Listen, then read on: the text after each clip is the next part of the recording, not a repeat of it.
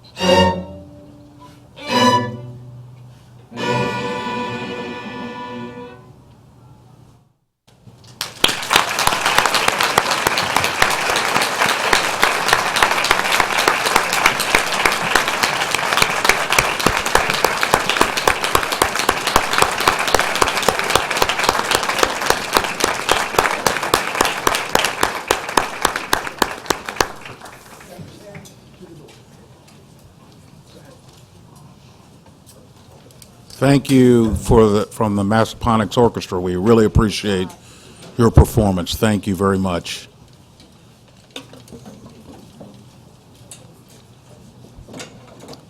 Some additional chairs are going to be moved for your convenience and comfort, so others would have an opportunity to sit down.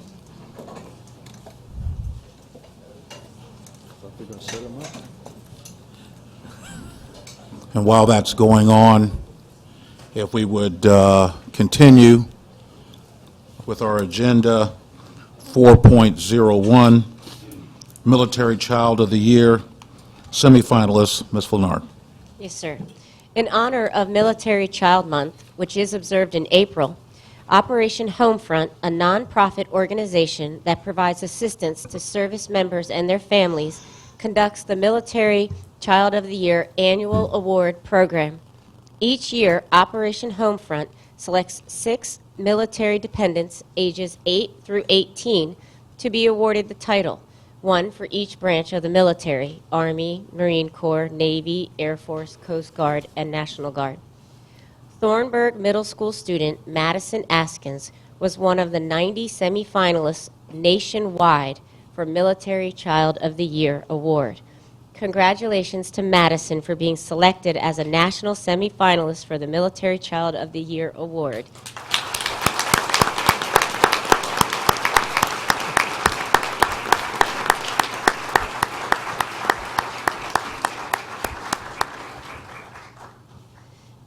If Madison has family in the audience, would you please stand to be recognized?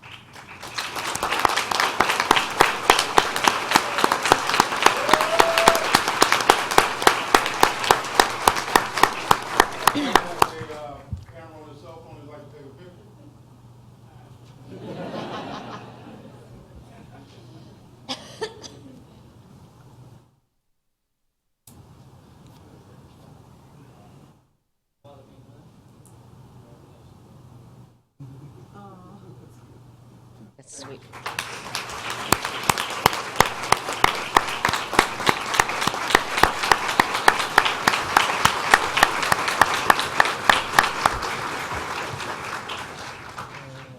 And Mrs. Flanard, will you continue with 4.02? Yes, ma'am. Thank you. This evening, we'll be recognizing, as you may be able to tell, several sports accomplishments, and we would like to begin with the recognition of indoor track athletes for their accomplishments at regional and state. And we will call the students by school, if they could come forward by school when your name is called. And then once the school is here, we will then acknowledge them with a round of applause. So we will begin with Chancellor High School. Kara Creeling, she had first place in the 3,200 meter.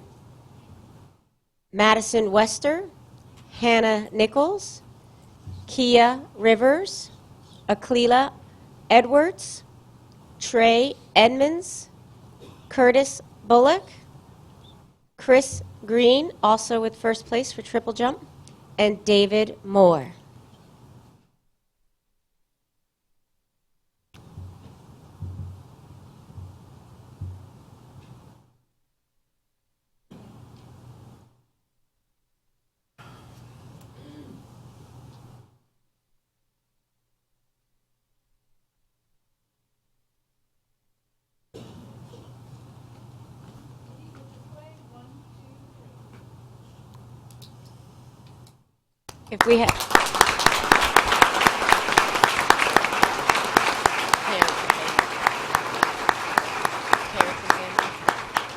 If we have any parents or family here with those students from Chancellor High, if you could stand to be recognized.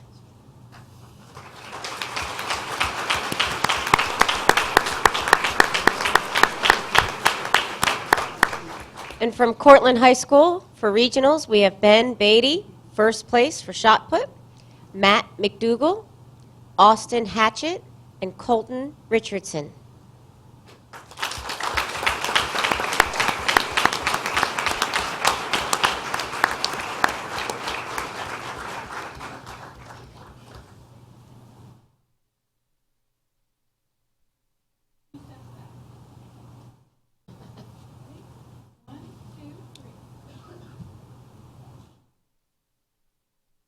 It's important to note that Ben and Matt also placed at states, and Ben took home first place.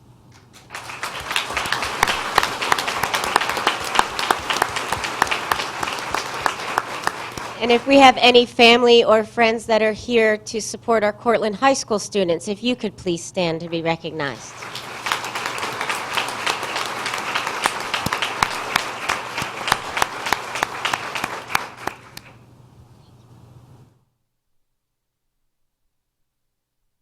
From Massaponax High School, Spencer O'Neill won the state high championship. This is his state championship for the second year in a row for high jump, and his second time also as regional championship. Is Spencer O'Neill with us this evening? He's an orchestra.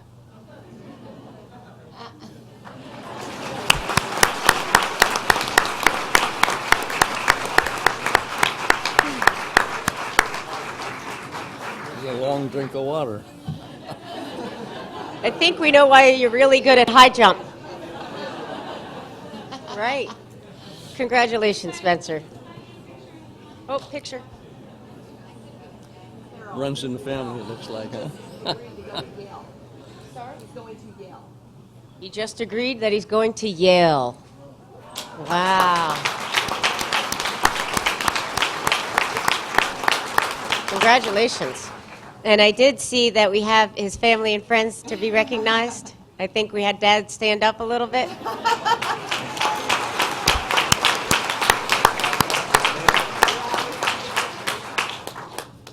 And last but not least, we have Riverbend High School. For our regionals, we have Jade Jordan, Catherine Walls, Timothy Hall, Elizabeth Vaughn, Luke Seidel, Champagne Johnson, Elise Purcell, Kennedy Horn, and Khalil Griffin.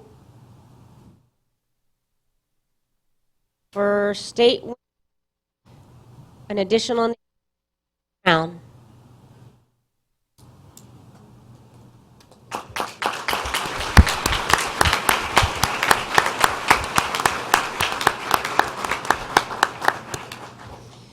Moving on to our swim athletics, if that's okay, Ms. Grant. Thank you. Once again, we will recognize by school, beginning with Chancellor High.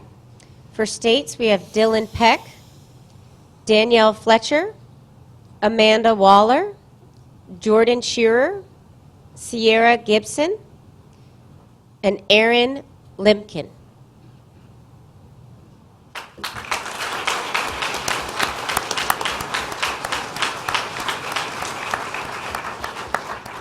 For Cortland High School, for regionals, we have Will Homer, Kevin Gudias, Philip Wiltonmirth, Nick Slater, Maggie Heibel, Samantha Segrist, Molly Mansfield, Carlin Campbell, Nick Ashton. Don't be shy, come on up.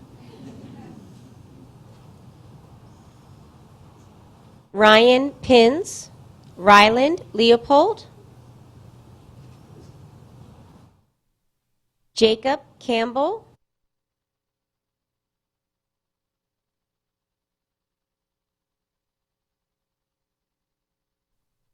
just making sure I got all the names, Carolyn, I believe that's for regionals for Cortland High School.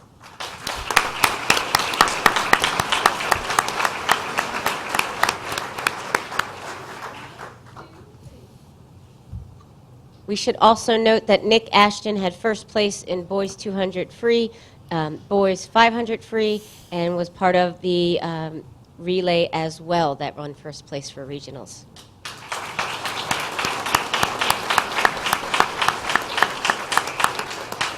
And states for Cortland High School, I believe Nick is already present, Kyle Pins, Rylan Leopold, Nick Ashton, Kyle Pins, Jacob Campbell, Rylan Leopold as well. So I believe we hit the states as well.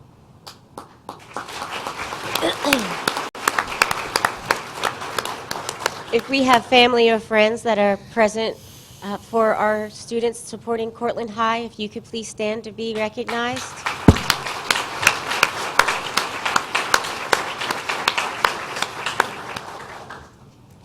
For Massaponax High, Douglas White placed in regional competition for breaststroke and qualified for states as well.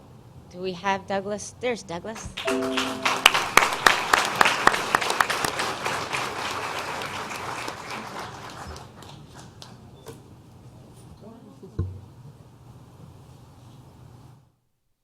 Do we have any family or friends here for Massaponax for Douglas?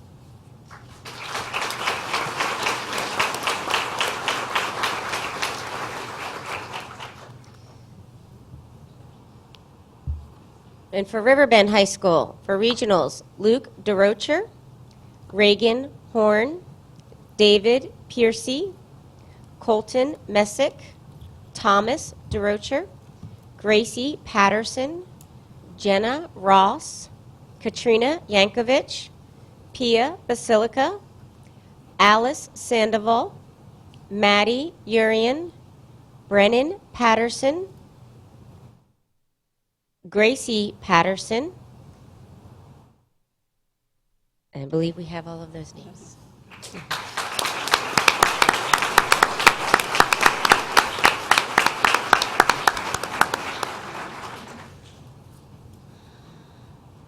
And we do have Luke DeRocher, Reagan Horn, David Piercy, Thomas DeRocher, and Colton Messick also went on to states. So congratulations to them as well.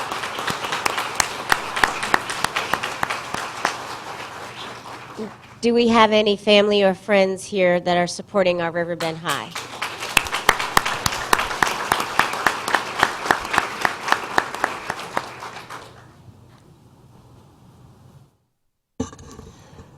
Would you like to continue, Ms. Flornar, with 4.04?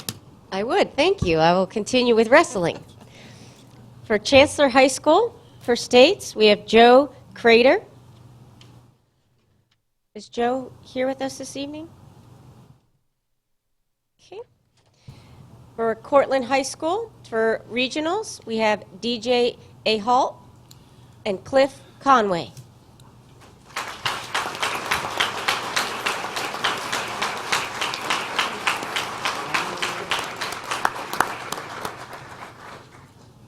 Both of these students also went on to state tournament.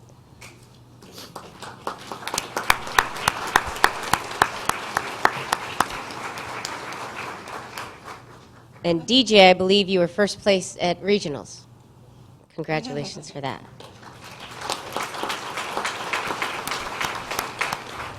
Do we have any family or friends that can help recognize our students from Cortland High?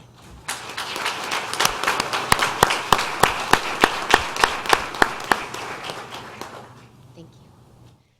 For Massaponax High School, for regional, we have Seth Wagner, Kays Guti, Kaz, Max Larimore, Danny Klein, Mike Rinker, Thomas Parsons, Trevlin Sigler, Brandon Gilliard, Ray Cropper,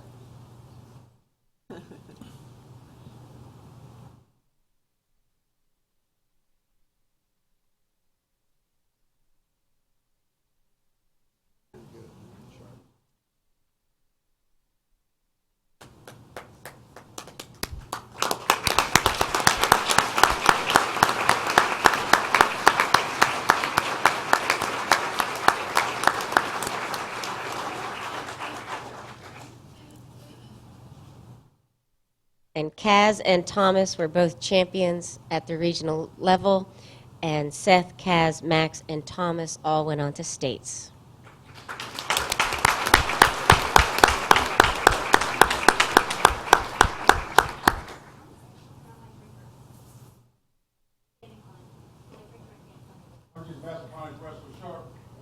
That's right. I said Danny Klein. I don't have him as state. He went to state. And who else went to state? Also went to state. Thank you. And Danny Klein and Mike Rinker also participated in the state tournament.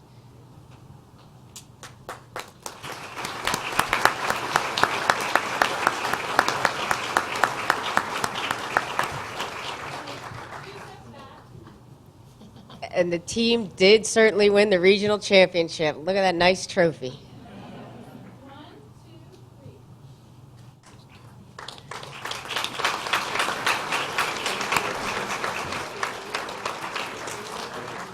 If we have any family and friends supporting Massaponax Wrestling, if you could please stand to be recognized.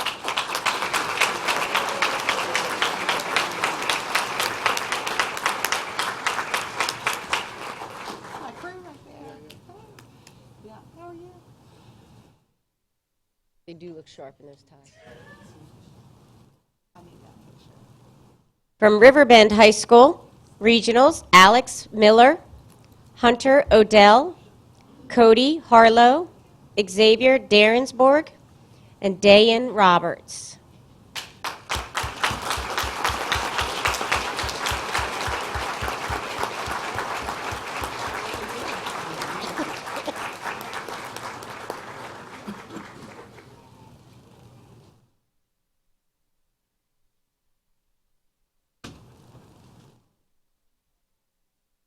And Alex, Xavier, Hunter, and Cody also participate in states.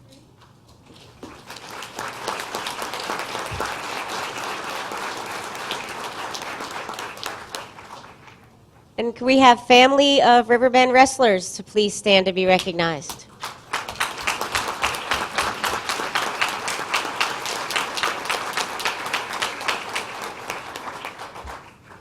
Spotsylvania High School. Regional, Reese Ricabo, Brett Kraus, Ryan Mills. Ryan also participated in states, and we do have a national participant with us this evening, and that's Reese Ricabo.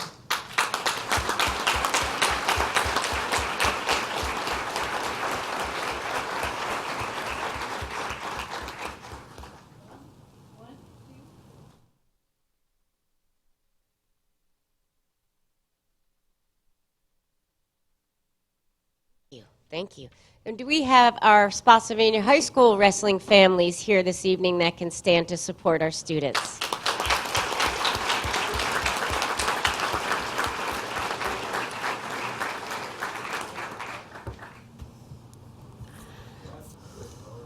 Okay. Thank you. Mrs. Flennard, are we ready to move on We are. to Thank you. 4.05 for the Hometown Heroes contest winners? Thank you. Each year, the Freelance Star newspaper and education hosts a writing contest for students in grades 4th through 6th. Students had to interview a hometown hero who plays an important role in the community and write a story of inspiration about that person. Spotsylvania County Public Schools had several students selected as winners of this contest. Tonight, we are excited to recognize these talented students for their winning entries. The contest grand prize winner was from Wilderness Elementary School, 4th grader Adam Korn.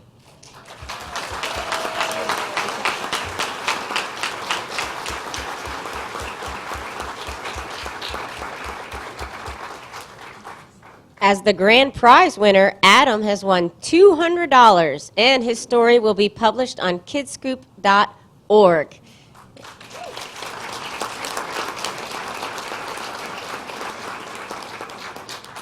If any family is here this evening supporting Adam, if you could please stand to be recognized.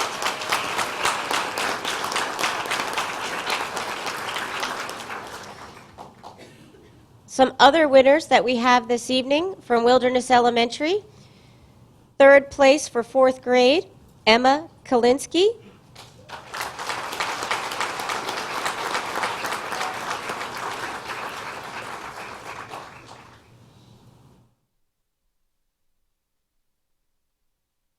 Honorable mention for 4th grade, Torin Burton and Reese Little.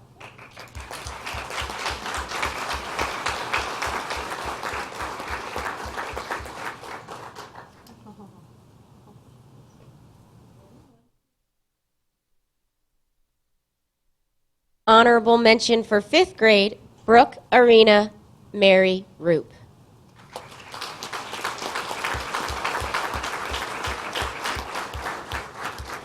And can our wilderness families who are supporting writing, if you could please stand to be recognized.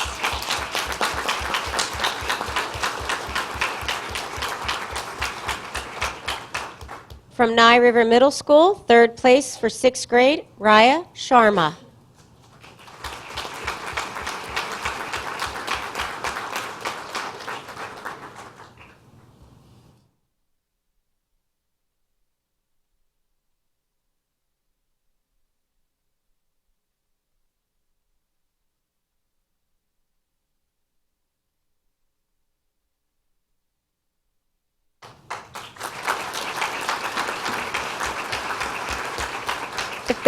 If we have additional family for Raya, if you could stand to be recognized. I saw some come up for a picture, but I just wanted to make sure.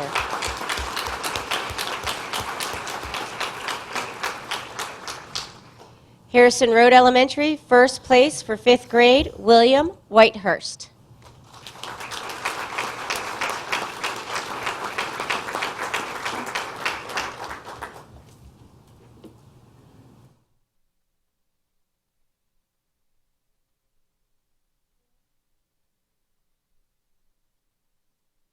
If William's family could stand to be recognized, please.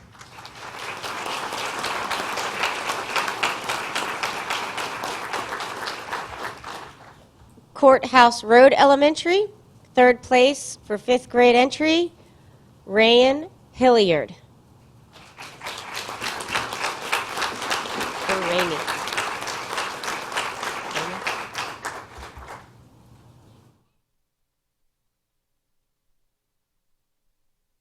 That's a nice smile.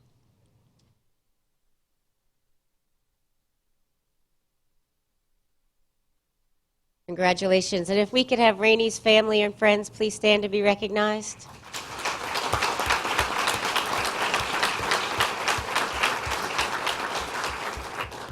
Livingston Elementary, second place for fourth grade, Natalie Buckley.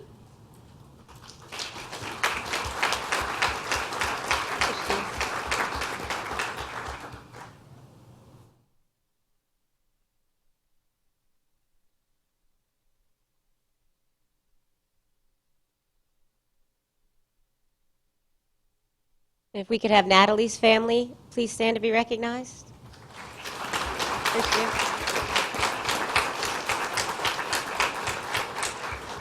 The winning first, second, and third place entries and the grand prize winner will be published in April in the family section of the Freelance Star, which does run on Mondays. Congratulations to all of these phenomenal writers. Keep it up.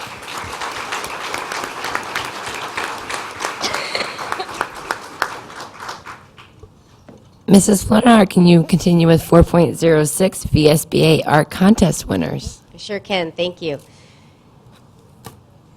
Congratulations to this year's Spotsylvania County Virginia School Board Association Art Contest winners and their teachers. The first and second place winners are as follows, and if you hear your name called, if you could please come forward. From elementary school, first place goes to Kayla Coleman Jett, a fifth grader at Livingston Elementary.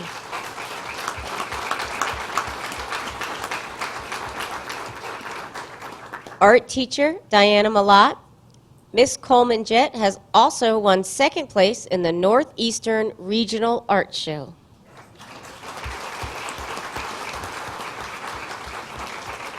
There she is. And the art is on display on the bulletin board to my right.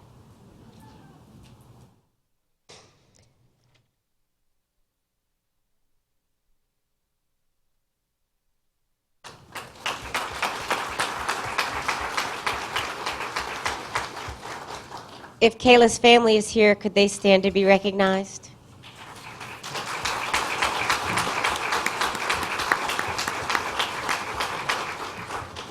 Second place for elementary goes to Carson, Maine, fourth grader, Harrison Road Elementary School.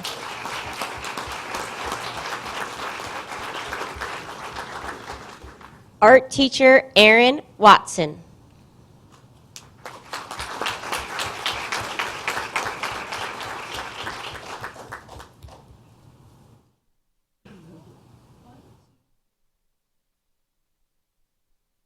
And I know that Carson does have some family in the audience, if they'd stand to be recognized.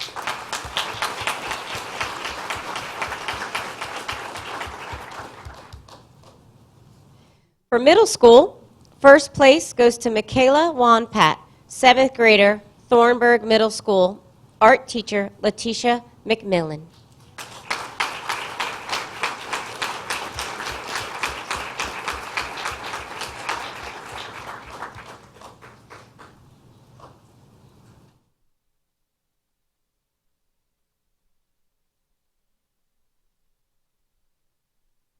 Michaela has family in the audience. If they'd stand to be recognized, please.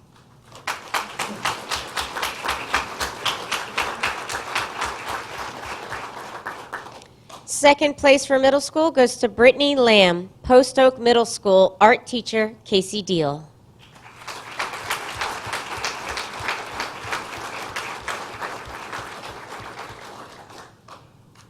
Don't see Brittany coming forward.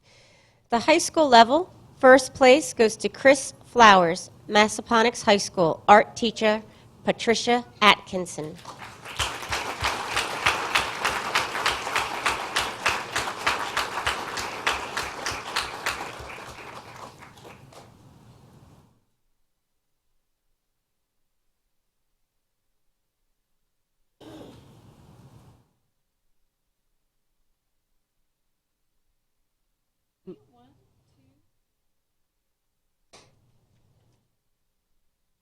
If Chris's family is in the audience, if you could please stand to be recognized.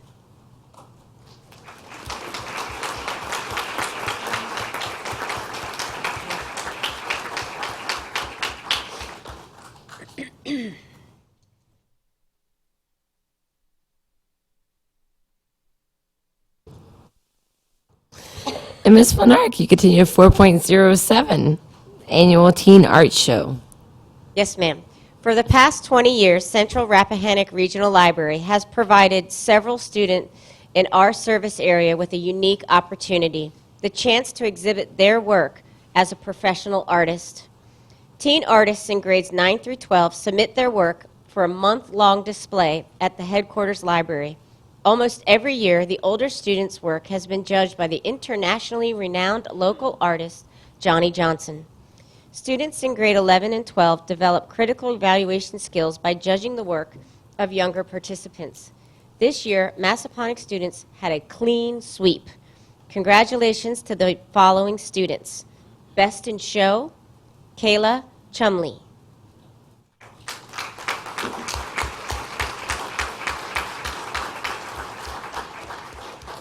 First place, Kristen Kim.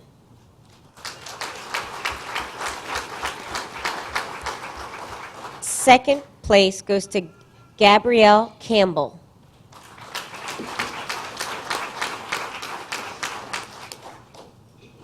First and third place in the 9th and 10th category, Callista Rakin.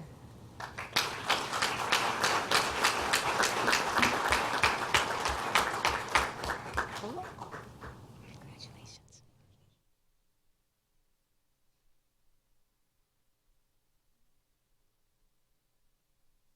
Callista's family, if you could stand to be recognized.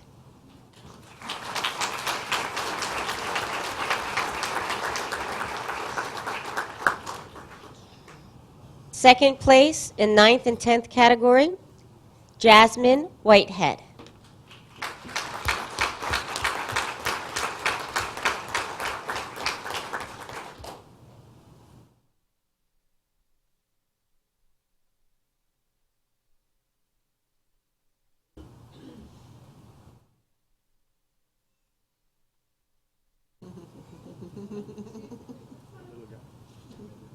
If Jasmine's family is in this office.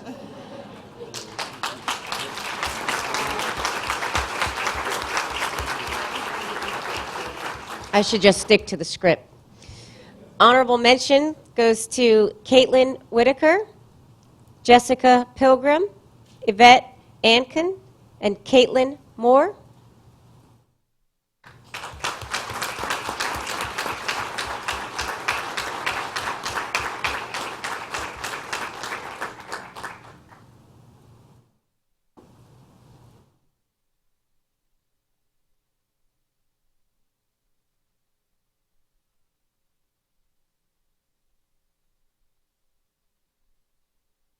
If we have family that can stand to be recognized, please.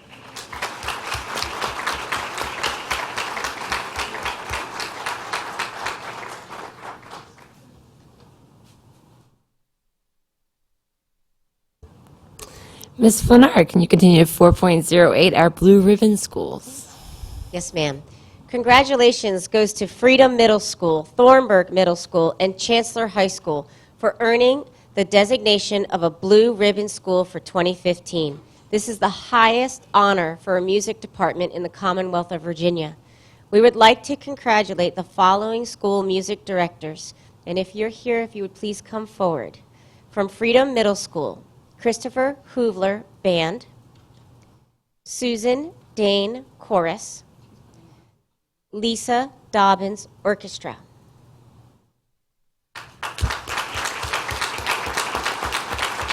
Do you want to do school separately? School separately.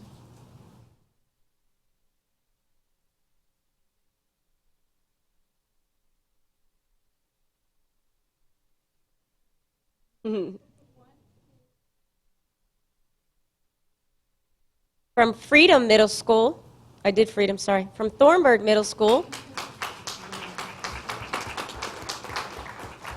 Jordan Patterson, Band, Erica Foreman, Chorus, William Wassam. Is William here?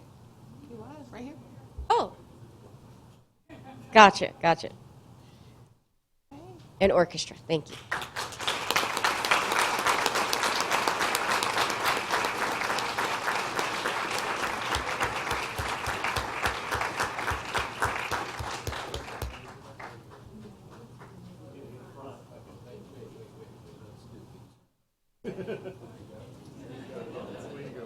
You got it.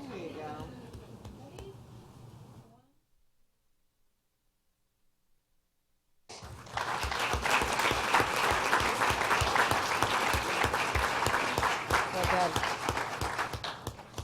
And from Chancellor High School, Ryan Adair, Band, Rhonda Miller, Chorus, and Jordan Mettis, Orchestra.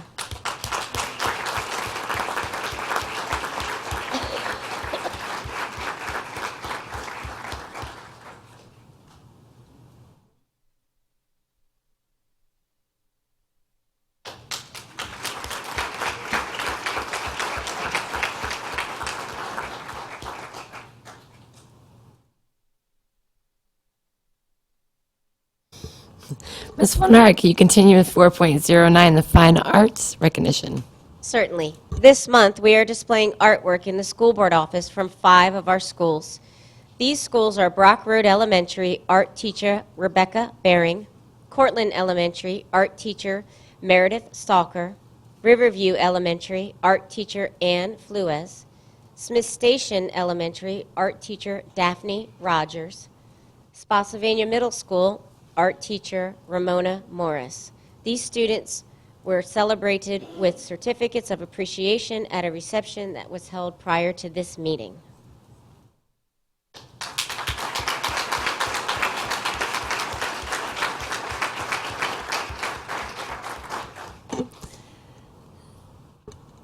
And will you continue with the Classical Association of the Middle West and South recipient?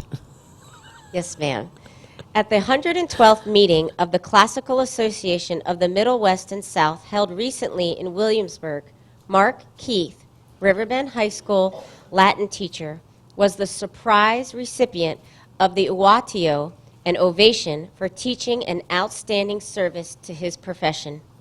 The recipients of this national award are not notified ahead of time, and they're only identified during the speech in Latin at the annual banquet. Congratulations to Mr. Keith for this distinguished honor, and thank you for your dedication.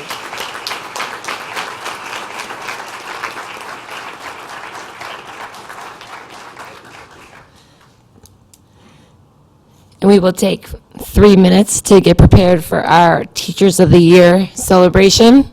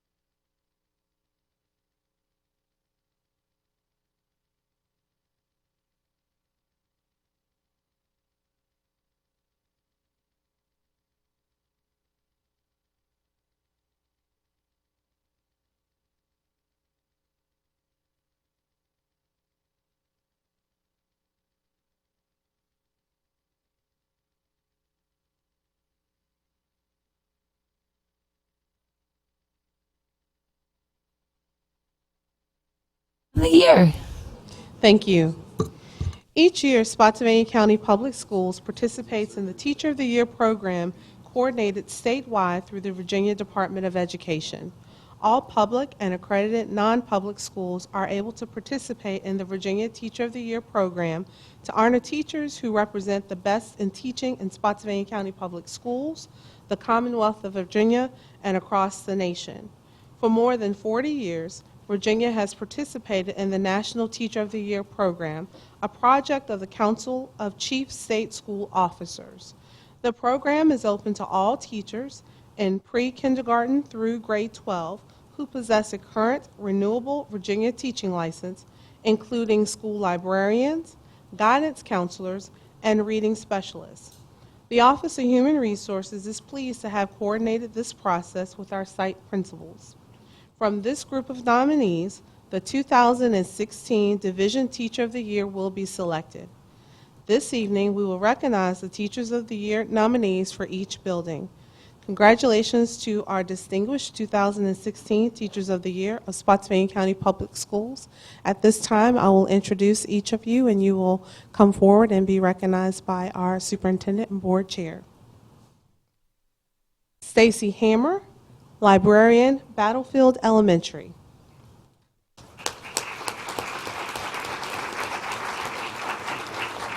Stacy shared, as a librarian, I teach 21st century skills, but I also teach timeless lessons found within the pages of books, new and old.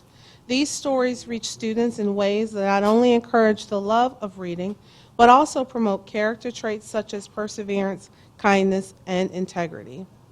Our next recipient, Diane Williams, 6th grade math teacher, Battlefield Middle.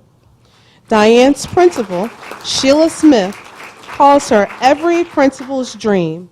Her ability to turn her students on to math is nothing less than magic. In the 8 years that Diane has been at Battlefield, she has distinguished herself as a strong, positive, and dedicated teacher. Congratulations, Diane. Teacher of the Year, Berkeley Elementary, Rebecca Eastman, 1st grade. According to Rebecca, her classroom is an active environment where readers are reading, writers are writing, and students are exploring. All students deserve a learning space where they are equally valued and motivated to be successful. Teacher of the Year, Brock Road Elementary, Abigail Johnson, Special Education.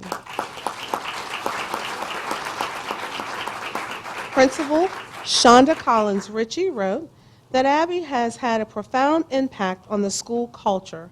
Her unwavering positive presence, causes people around her to take notice and follow her quiet leadership. Congratulations, Abby. Teacher of the Year, Cedar Forest Elementary, Pam Perkins, 4th grade. Amy Williams shares that Mrs. Perkins took the initiative to learn and implement guided math in her classroom before any formal training had occurred at Cedar Forest. Through this leadership and highly differentiated approach to teaching mathematics, her students have made unprecedented gains in the content. Congratulations. Early childhood special education teacher of Chancellor Elementary, Christy Trotta. Christy's philosophy is learning more, doing more, and becoming more. Yes, they are only 4 years old, but for many, the knowledge and skills they learn in my program completely set the stage for their long-term success. Congratulations, Christy. Band teacher at Chancellor High School, Mr. Ryan Adair. Ryan says, I have come to know my students very well, and I care about each of them. I understand that in order for students to thrive, they must work in a learning environment built on trust and cooperation. 8th grade teacher, Melissa Garland, Chancellor Middle School. According to Cindy Franzen, Melissa's talents in the classroom are many.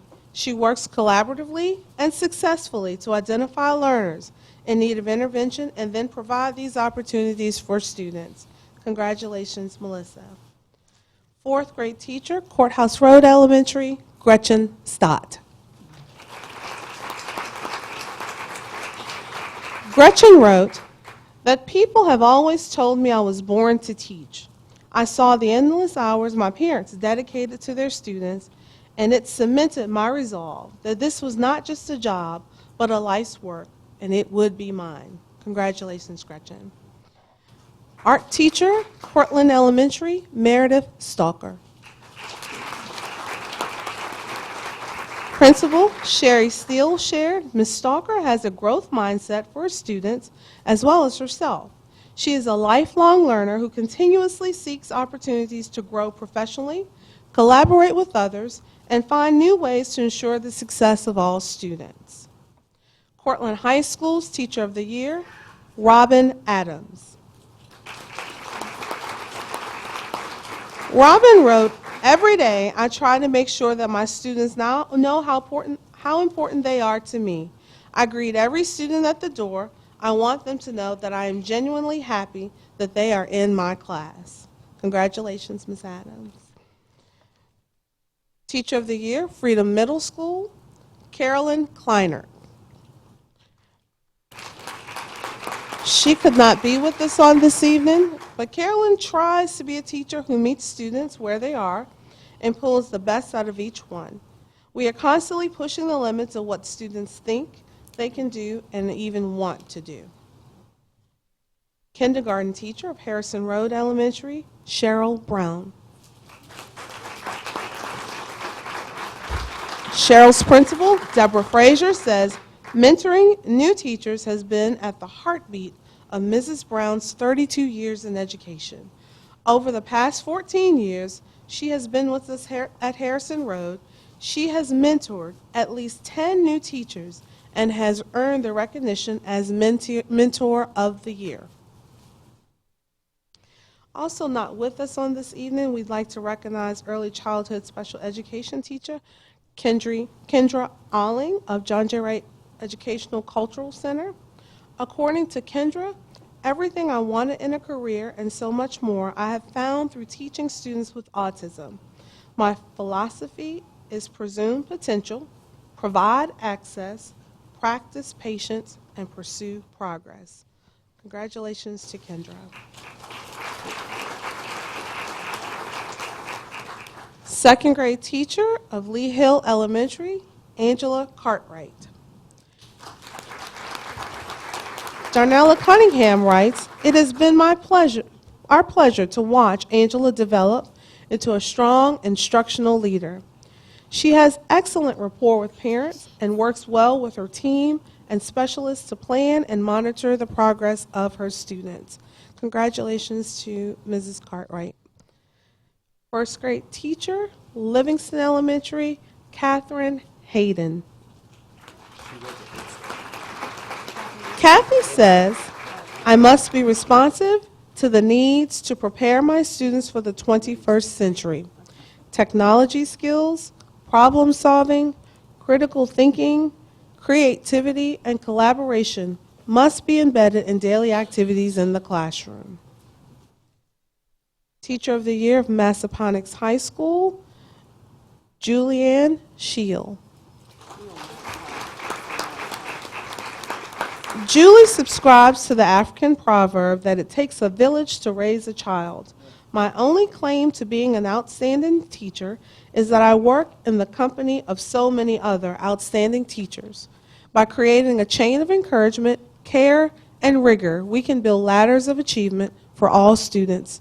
Together, we are a success. Congratulations. Social studies teacher, Daniel Wagner, Nye River Middle School.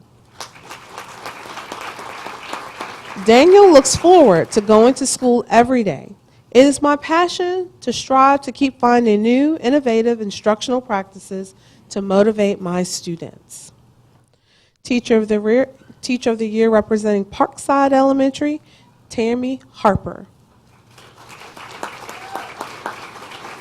Tom Eichenberg wrote of her classroom, hands-on activities, small group learning opportunities, project-based learning, and unique lessons are afforded to all. Students are active and enthusiastic learners in Ms. Harper's class. Congratulations, Ms. Harper.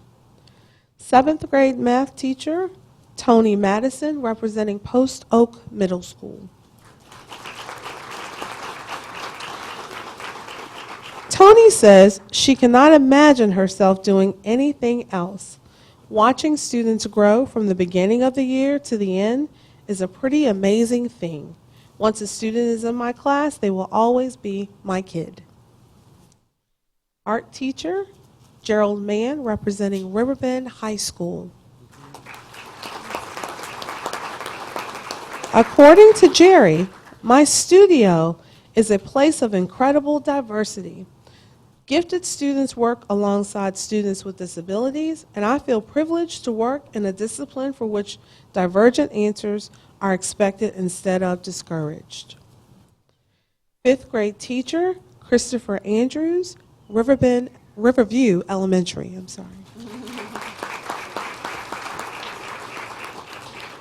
Chris wrote that teaching today means that educators must embrace the challenge of treating students as individuals with differentiated needs and individualized pathways to success.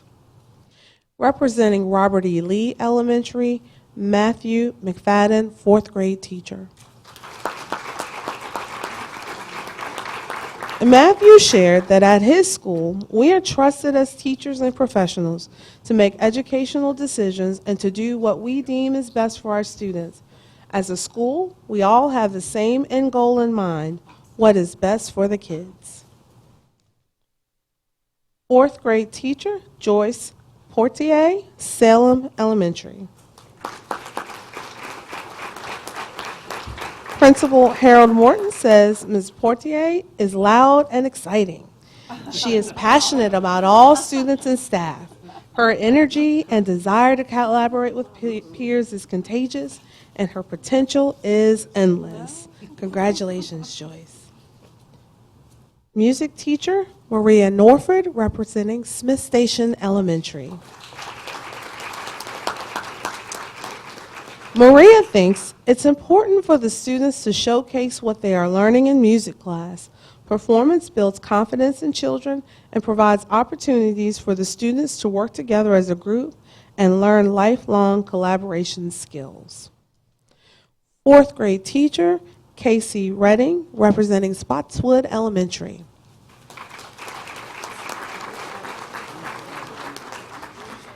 Casey shared, as a teacher, I continually dig deeper than I did the day before.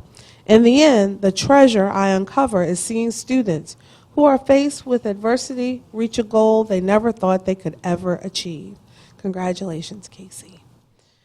Cosmetology teacher of the Career and Technical Center, Lori Patterson. Lori says she holds high expectations for her students.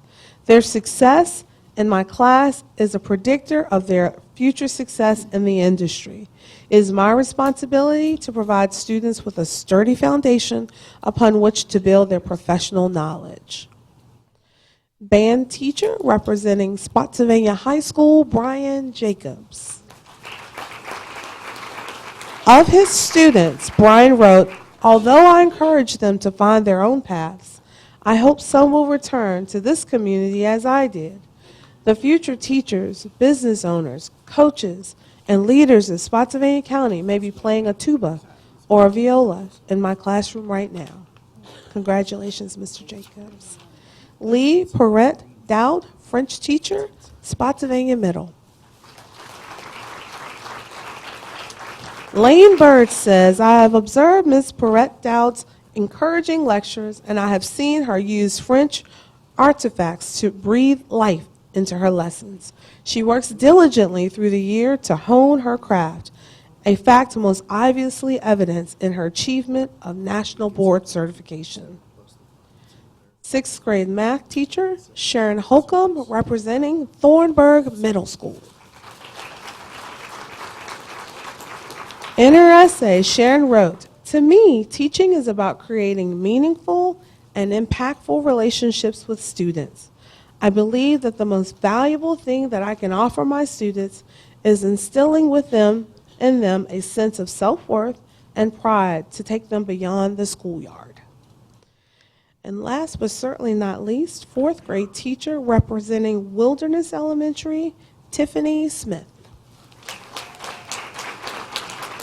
Principal Carol Ann Luter says, "Mrs. Smith is always the first in line to lend a helping hand with after-school remediation, innovation, projects involving technology, assisting teammates, and mentoring students, all done in the whatever-it-takes spirit to support the needs of our students." Again, congratulations to all of our Teachers of the Year representing the 2016 cohort. Congratulations.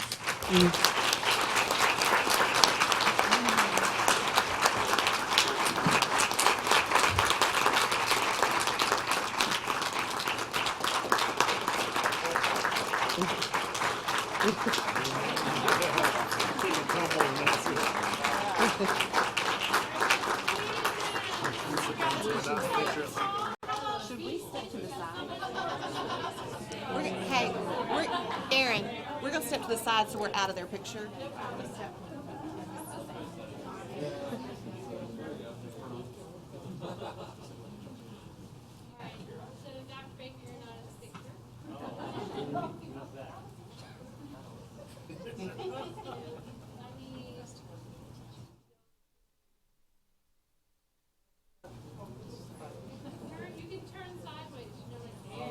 Yeah.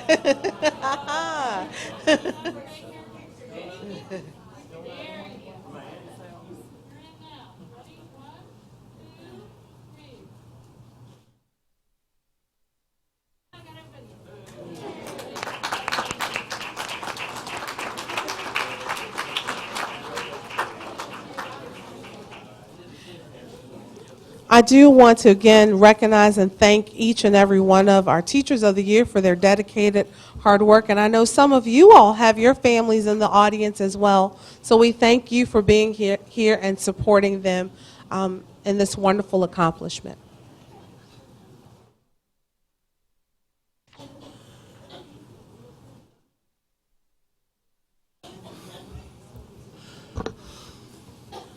Wow.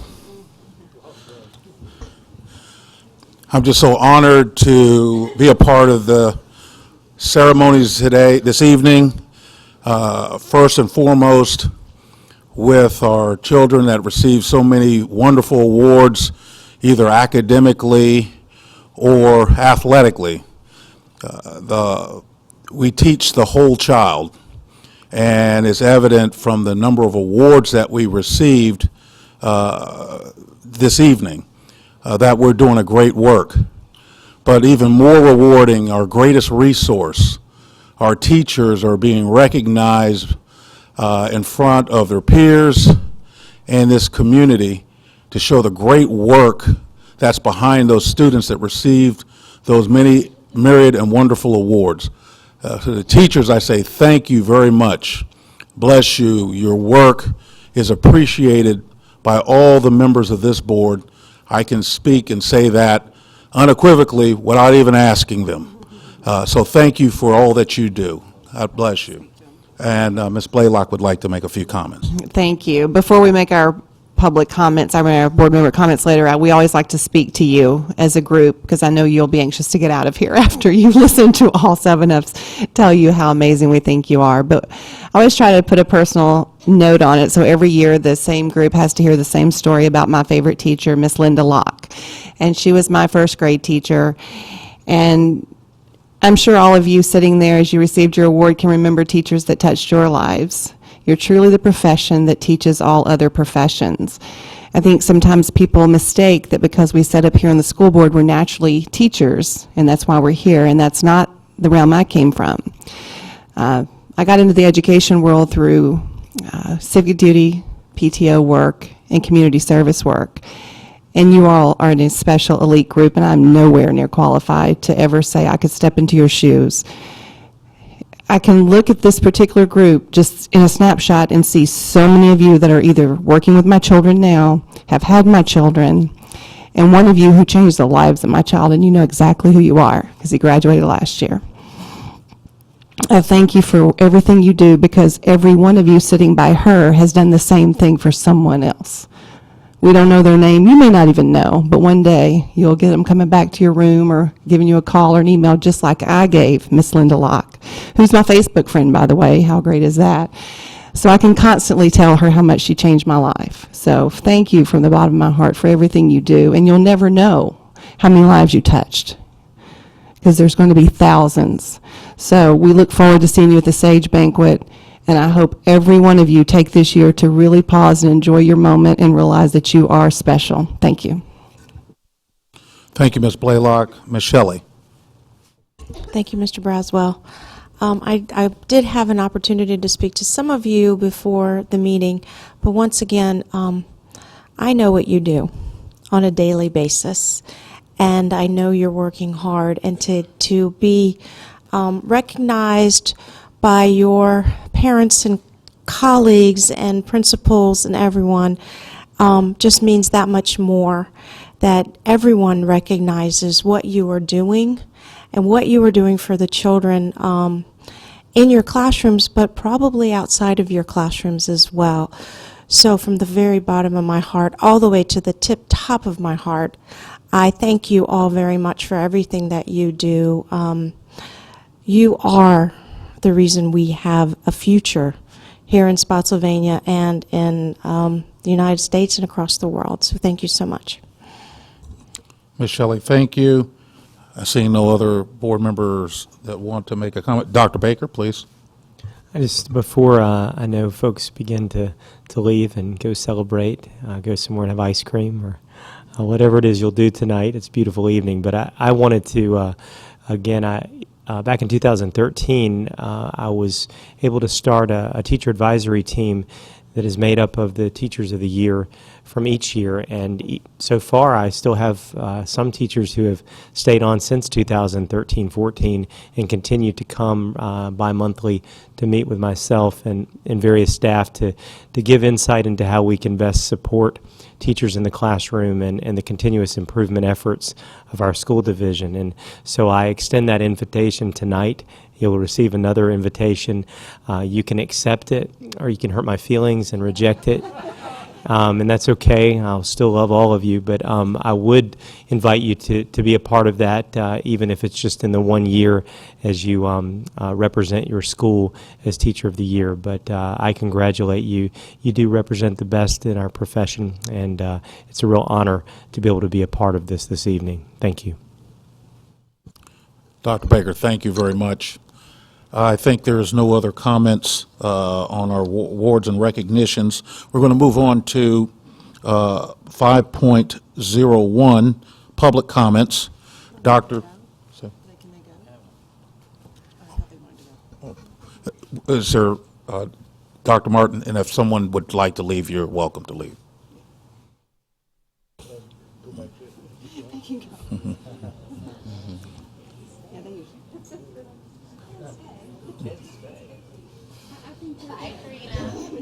Yeah. Good night and thanks to everyone. Yes. Good night.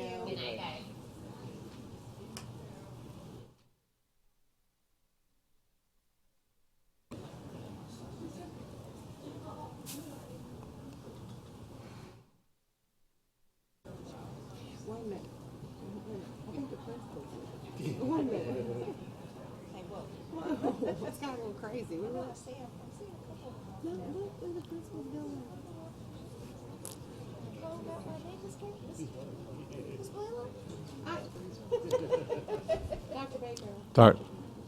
Oh, sorry. Dr. Martin, excuse me. Good evening. The public comment segment of our board meetings is a time to receive recommendations, suggestions, concerns, and comments from the general public. Each speaker is allotted 5 minutes. We ask that they clearly state the name, address, and/or voting district for the board. A speaker may request additional time from the board should one's 5-minute allotment expire.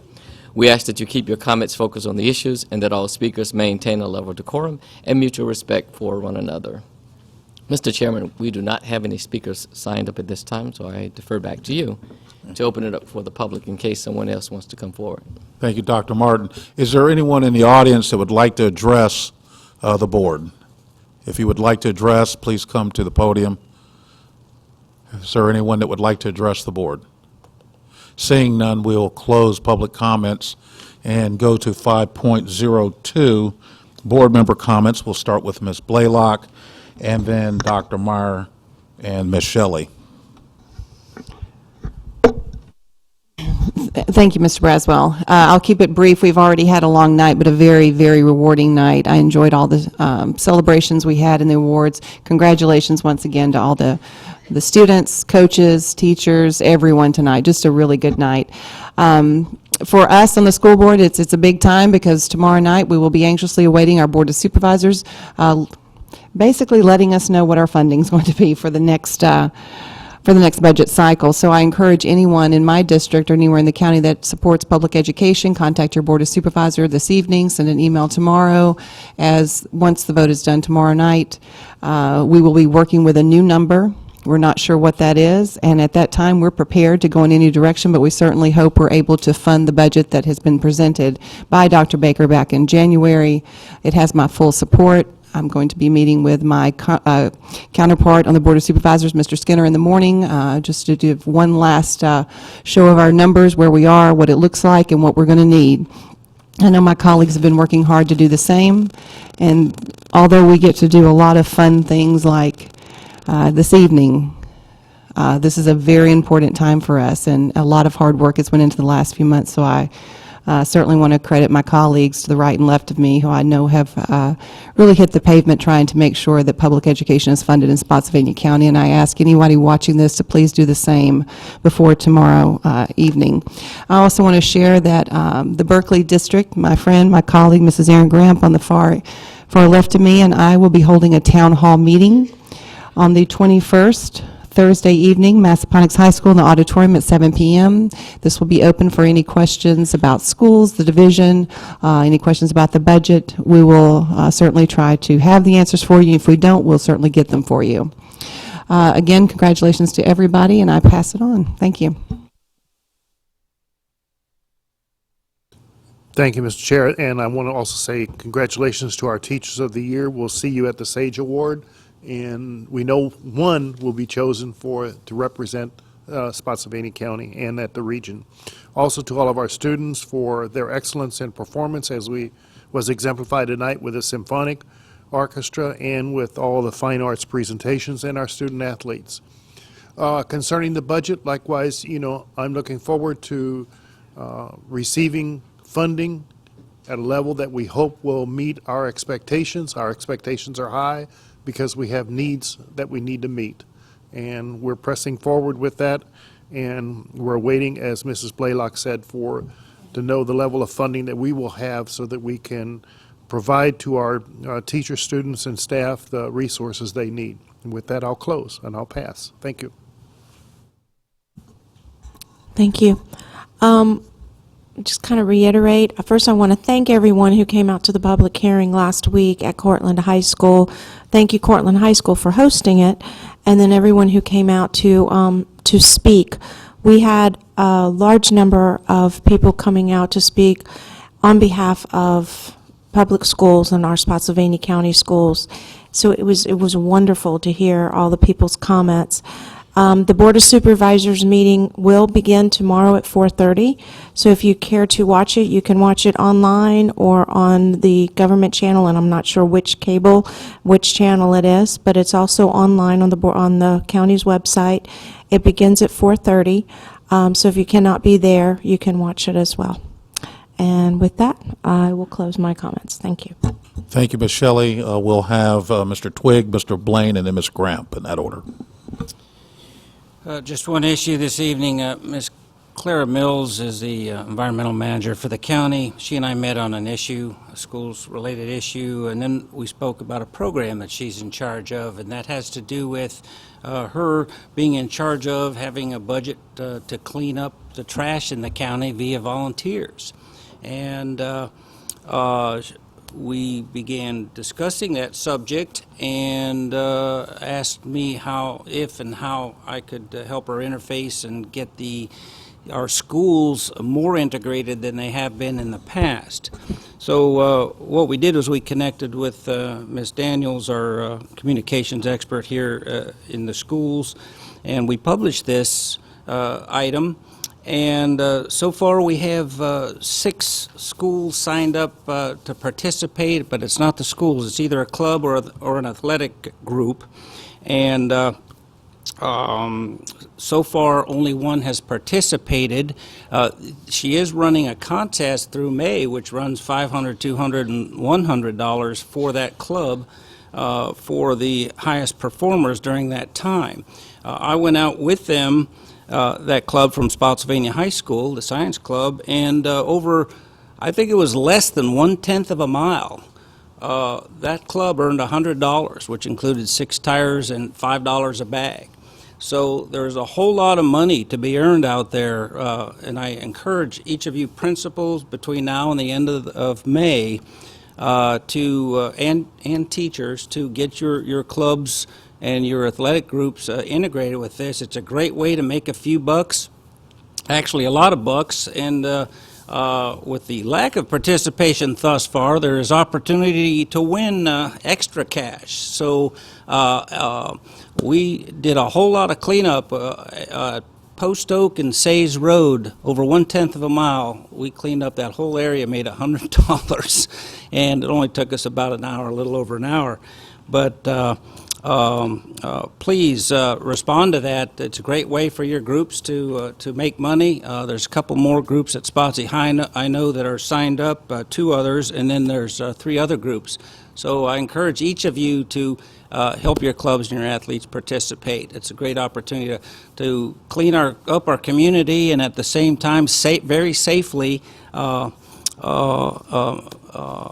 perform a good duty as a citizen, teach our youth some important civics lessons, and make some money at the same time. That's all I have. Thank you.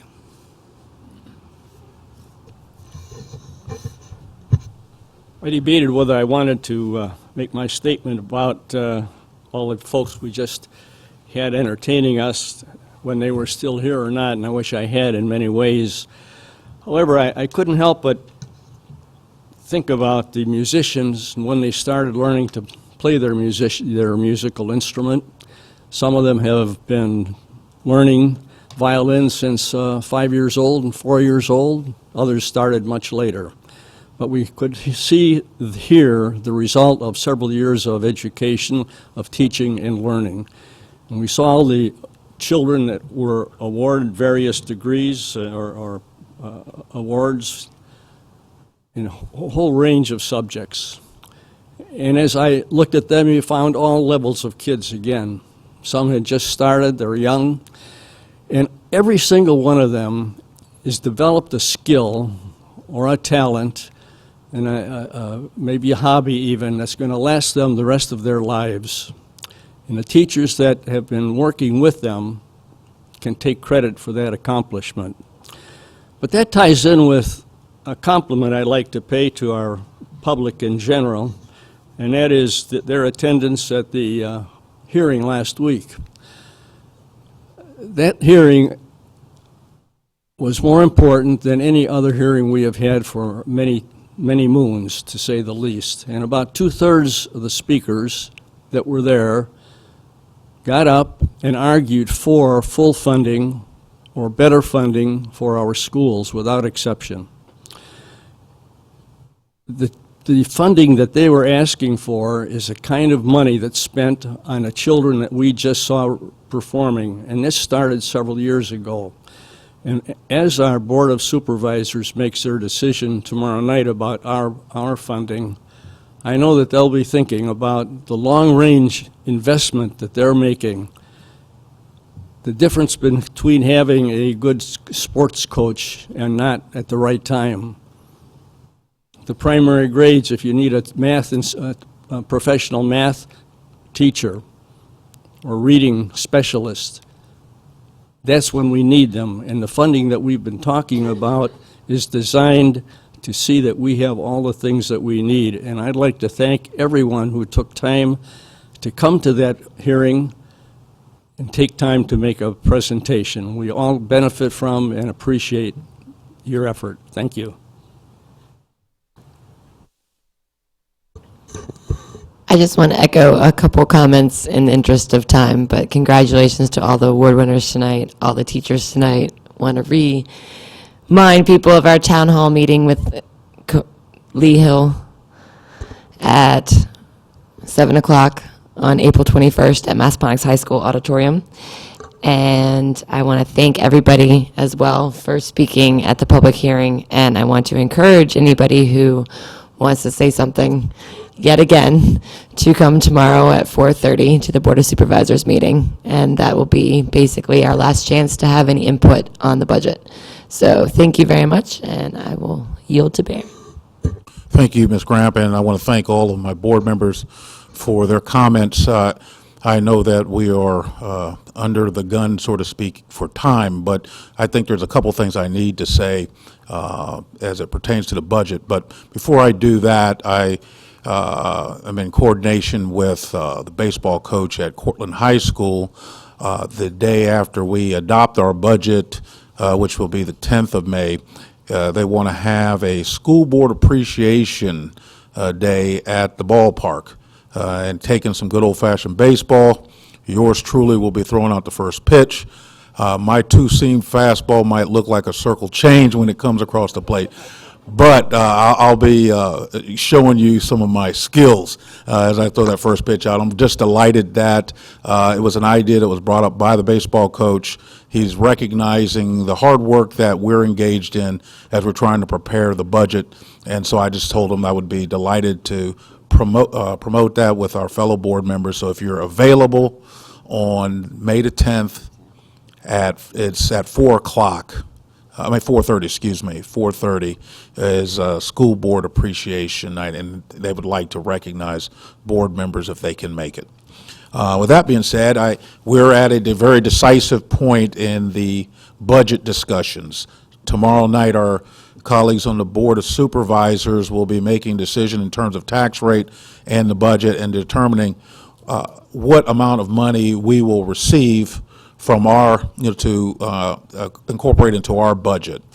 And there's a lot of things that are going on behind the scenes. I just want to share a few things that I've been discussing with members of the Board of Supervisors. I had an opportunity to meet with Mr. Trampy, and speak with Mr. Trampy over the weekend and also speak with Mr. Yakubowski. I commended both gentlemen for preparing a budget that considered schools in their presentation.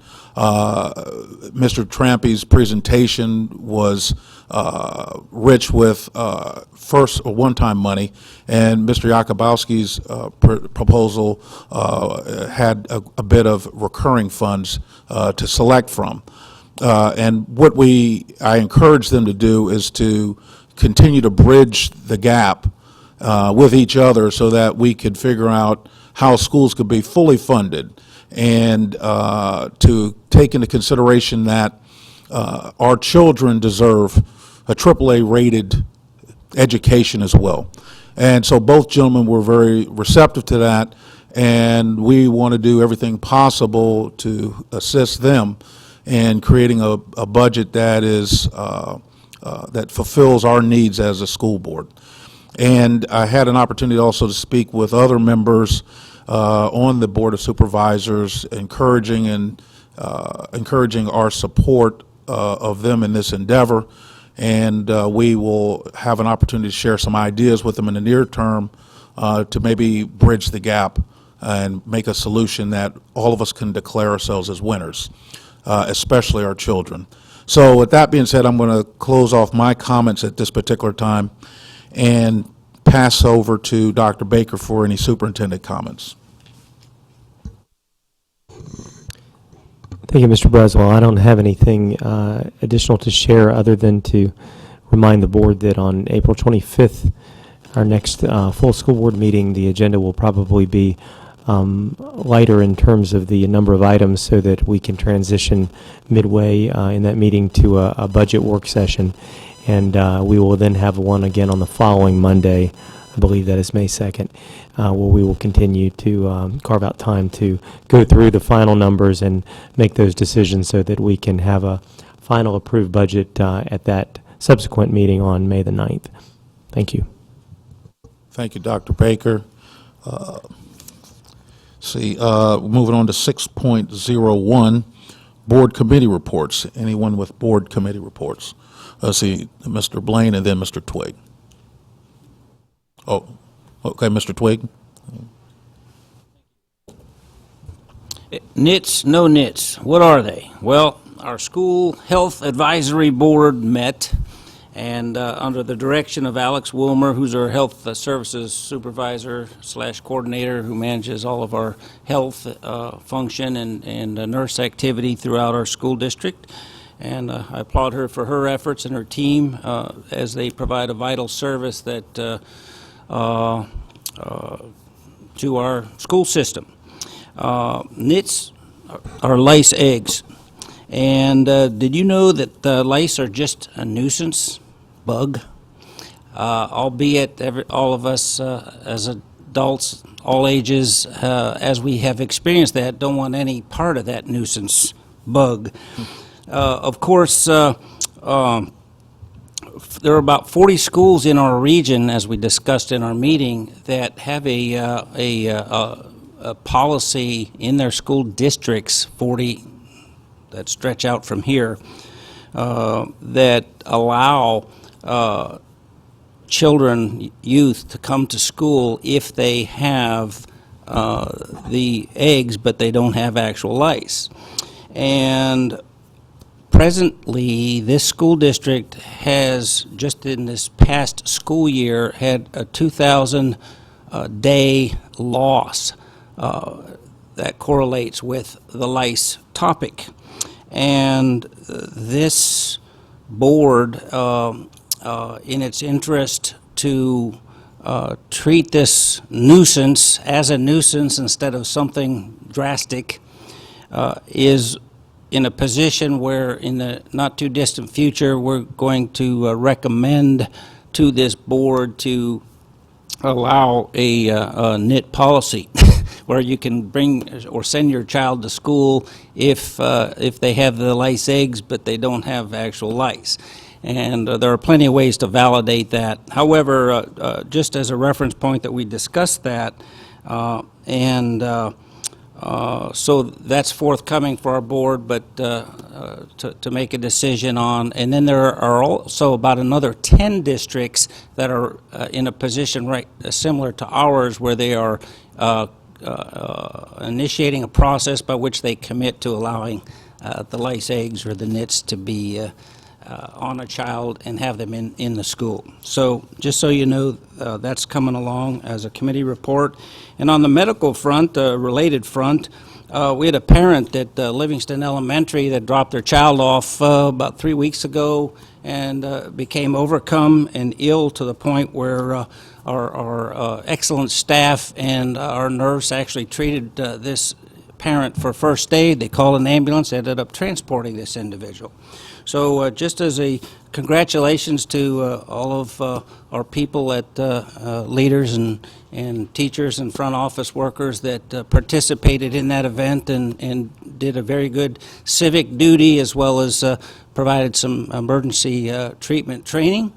And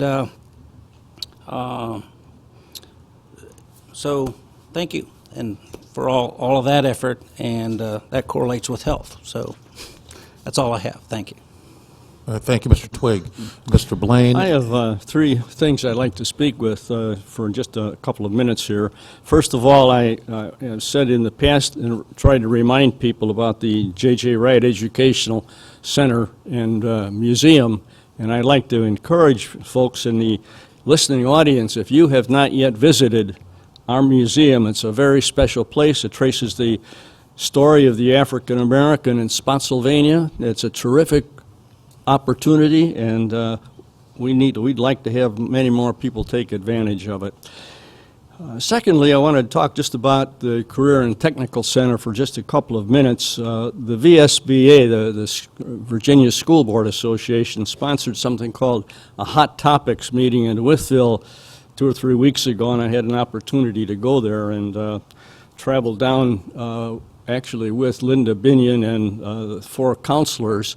And that group, Linda and Lois Colbridge, who's an elementary counselor, and Cheryl Galeo, middle school director of counseling, and Emily Hall from the high school director, were down, and they were asked to come down and make a presentation about counseling and how it affects our schools and our school children from kindergarten right on through high school. And they've did a very terrific job, and they've been asked, in fact, as a result of that, I know, to go to a couple of other places. So, Mr. Wolf, you can be very proud of your staff, and Ms. Leonard. They've did a really great job. The conference itself was interesting, and it was designed to talk about this whole career and technical education business. And they pointed out that more and more jobs are available than we can fill. There's something like 200,000 jobs looking for a person to fill these jobs in the cybersecurity area right now, according to them. And it's a growing field. For example, there was a presentation by the Danville Community College and the local high school, and they had a manufacturer worker that wanted to do some work in machining business machines. The employer said, "Look, I'd like to move to your town if I could get employees."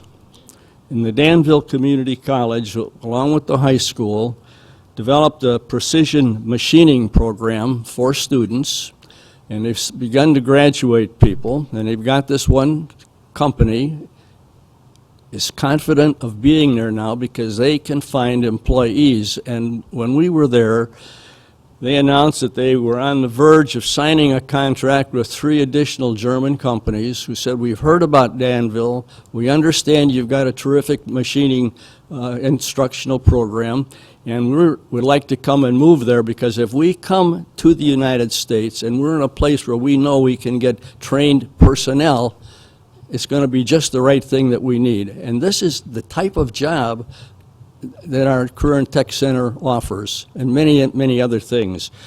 On Saturday of this week, the Skills USA is going to have their competition at the Fredericksburg Exhibition Center. It's open to the public, and those folks who are listening, if you have children, maybe middle school or early high school, and you're looking for kind of career that they can enter, this would be a wonderful place. You're going to see craftsmen, tradesmen, you're going to see electronic, all types of work and opportunities for certification.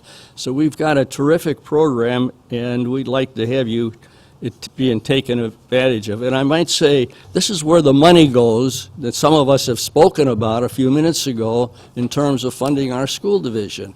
That's the payoff level of things that started when they were kindergarten kids. Finally, last week I was able to attend the inaugural Governor's School Film Festival. It's the first of an annual film festival, and they had 20 students submitted a film or was part of the production of a submitted film.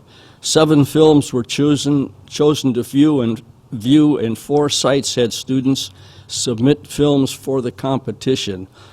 The winners were, for Outstanding Direction, Jacob Manville, Robbie O'Brien, Emily Crescio, Duke D'Ingenio, and Young Hee Ho from Stafford and Riverbend sites of the CGS. The Best Animated Feature Film, the award was won by Kristen Kim, who comes from the Spotsylvania site.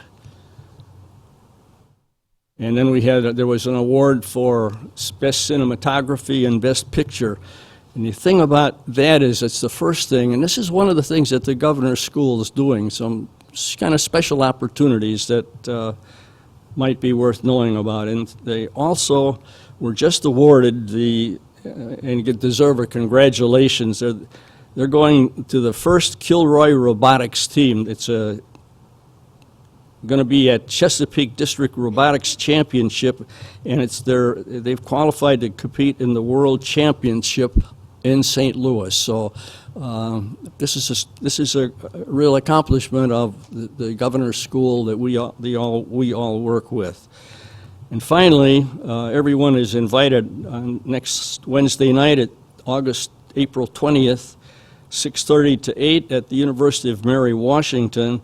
They're going to have a demonstration of some of their culminating activities. So that's just a general invitation to everybody in the audience. Thank you, Mr. Blaine.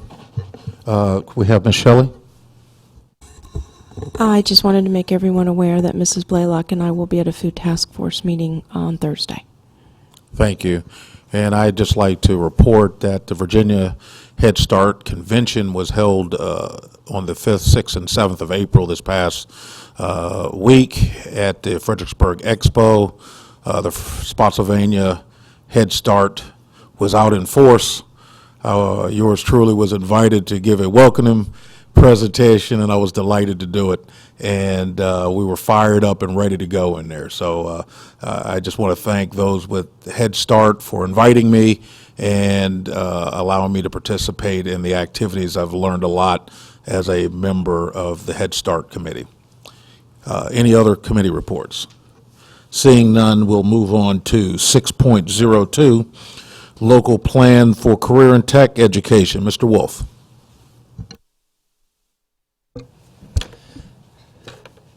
Thank you, Mr. Braswell. Good evening, members of the board, Dr. Baker and Dr. Martin.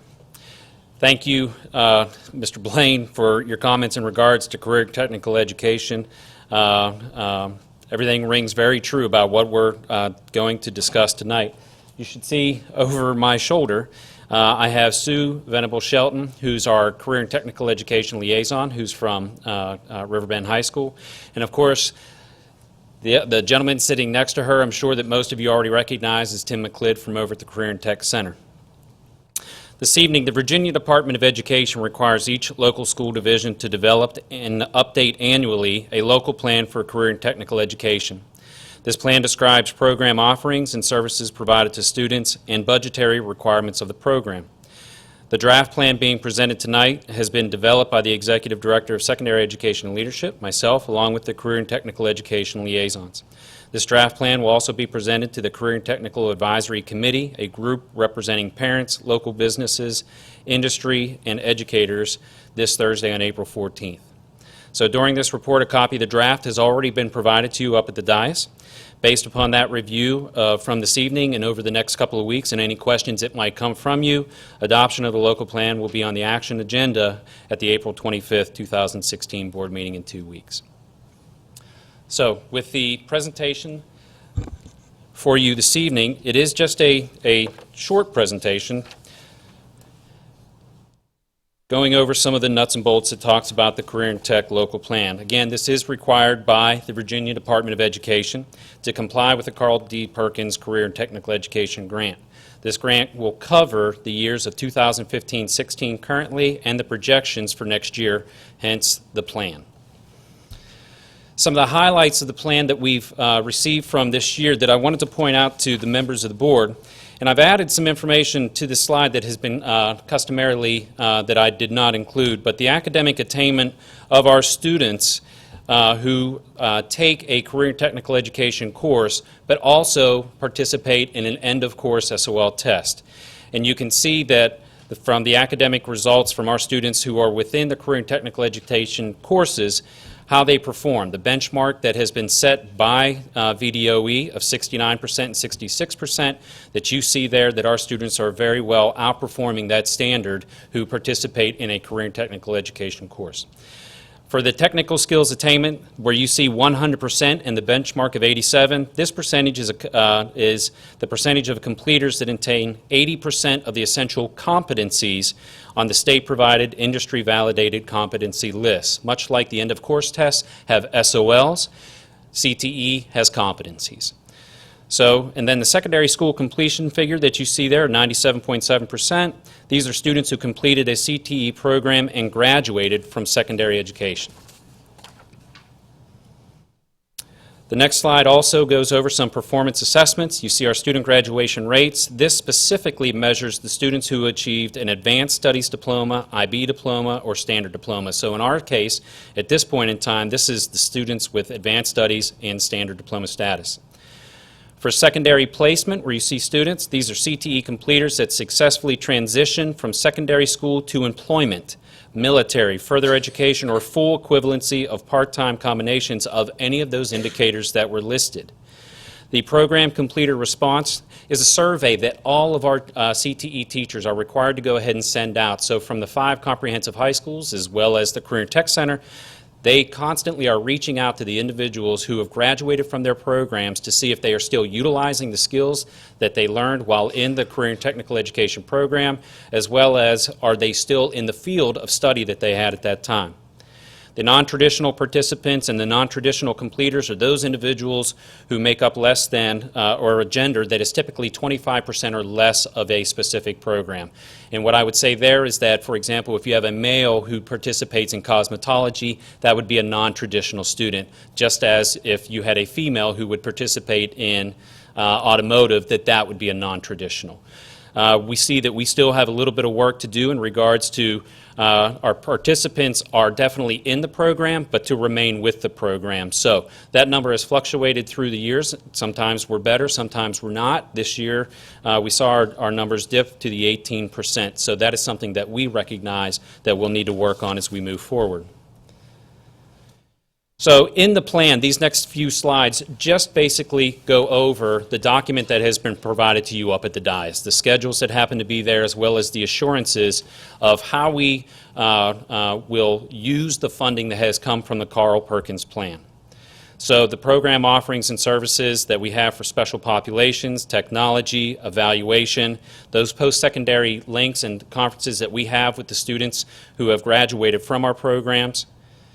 We also have improvement, what we look to do for those different programs. We want to make sure that our students have the latest technology, especially within not only our comprehensive high schools, but also at the Career and Tech Center. The final slide of the program is what our Carl Perkins funding is for next year. This is approximately $30,000 in additional funding. Last year I came up to you and it was due to sequestration, that we had less funding. So what we are happy to see is that this figure has jumped by 30,000. This will allow us to go ahead and service the programs in a much better capacity, because all it takes is a machine to go down. And as an example, we bought an alignment machine over at Career and Tech a few years ago, and that's 25 to 30,000 for one piece of equipment. So although 270,000 looks like it's a lot, really for the equipment we'll have 219, and I'm sure we're going to spend every bit of it. So, and if there happens to be any questions, I do have, again, anything that I may not be able to answer, I have Tim and Sue who might be able to assist. Thank you, Mr. Wolf. We have any comments or any questions? Ms. Blaylock. Thank you for that presentation, and I know y'all do a fabulous job over there, and good to see you here again this year.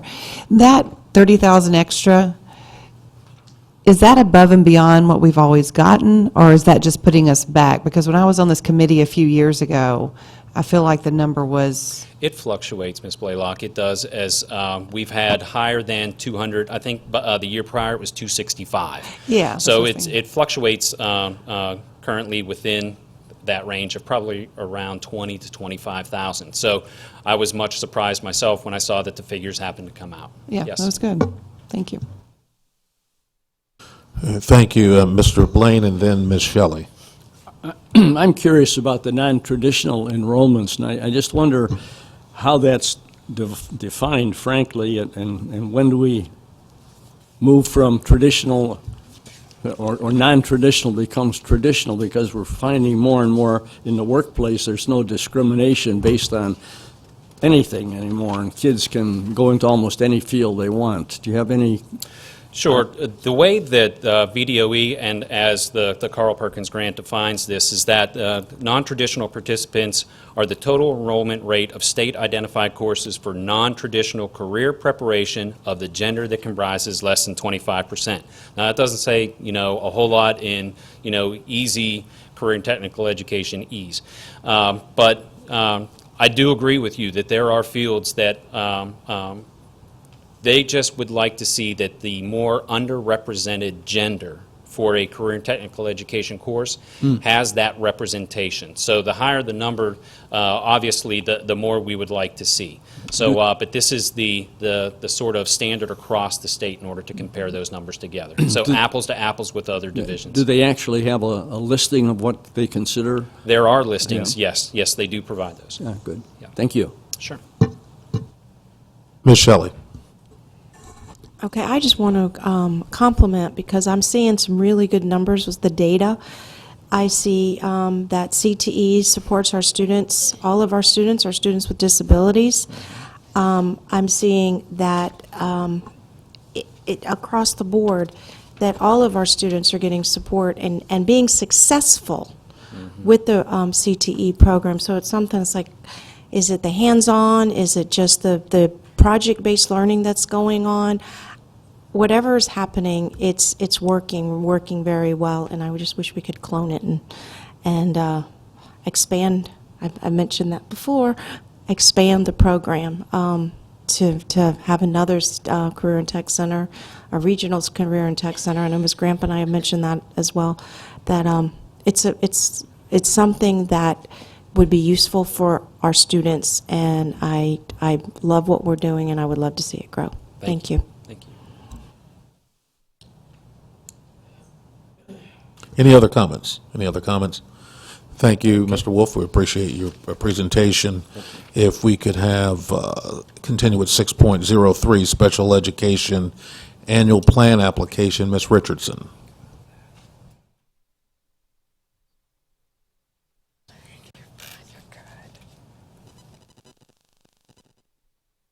Good evening, Mr. Chair, members of the board, Dr. Baker and Dr. Martin. It is hard to believe that here we are, 365 days have passed, and we're talking about our annual plan application for special education funds. This plan was created with the support of a few of my core membership, my core leadership team, so we are, as a school division, blessed to have these wonderful ladies.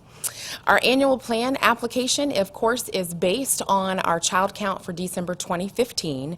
Our child count of December 1st was 2,834 students.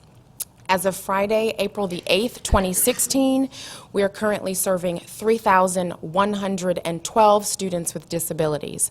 This data was pulled from Synergy, which is our student information system, and it pulled from those students that have locked and active eligibilities and IEPs in special education. The organization of the annual plan is usual and customary based on how the state sends us the document. We have our certifications as a local education agency. We are not a part of a juvenile detention center. Then, of course, we give a narrative overview of how we have used the funds this year and how we plan to use the funds for the upcoming school year.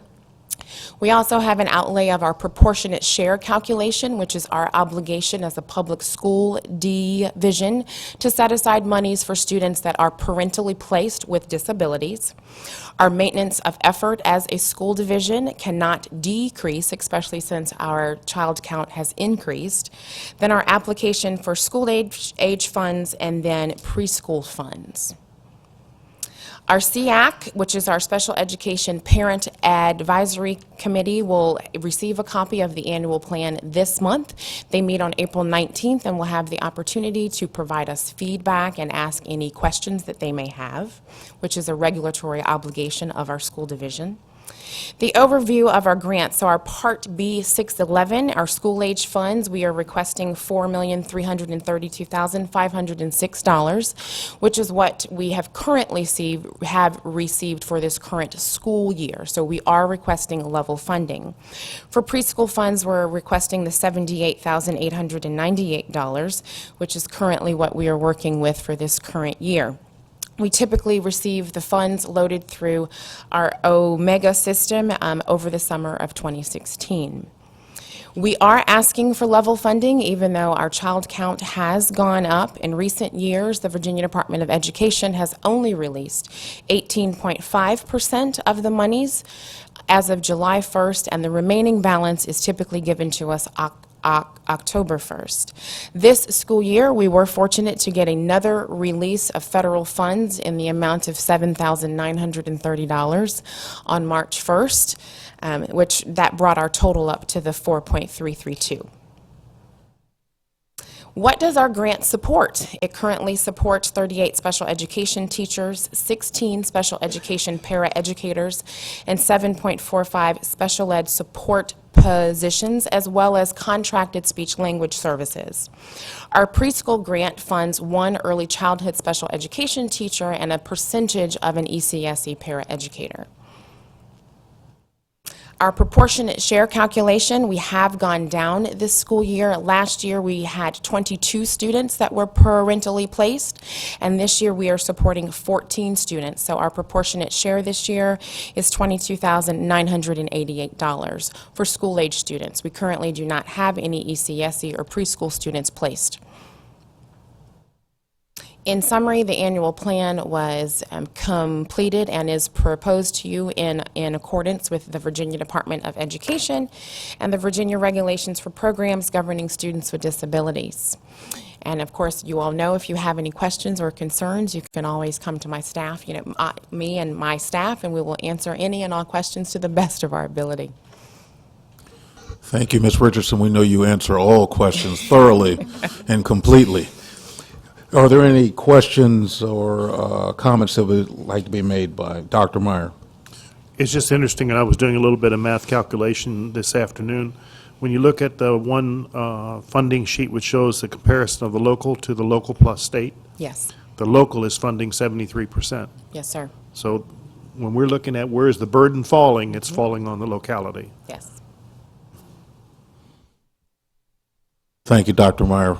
Mr. Blaine. To some extent, Dr. Myers answered my questions, but you're saying that 78% of the 4.3 million is funded locally. Am I reading that correctly? No. All of the 4.3 is provided to us from the federal government. That's all federal. Yes, but when you look at the tab called Maintenance of Effort, Right. or MOE, in your Excel spreadsheet, that is the state, local, and federal funds. So as a locality, we're putting in about 78% of the funds. for special education, and we're expected to meet that obligation of about $34 million to meet the needs of our students with disabilities for this coming school year. If I understood correctly, you said that you're essentially asking for level funding, Yes, sir.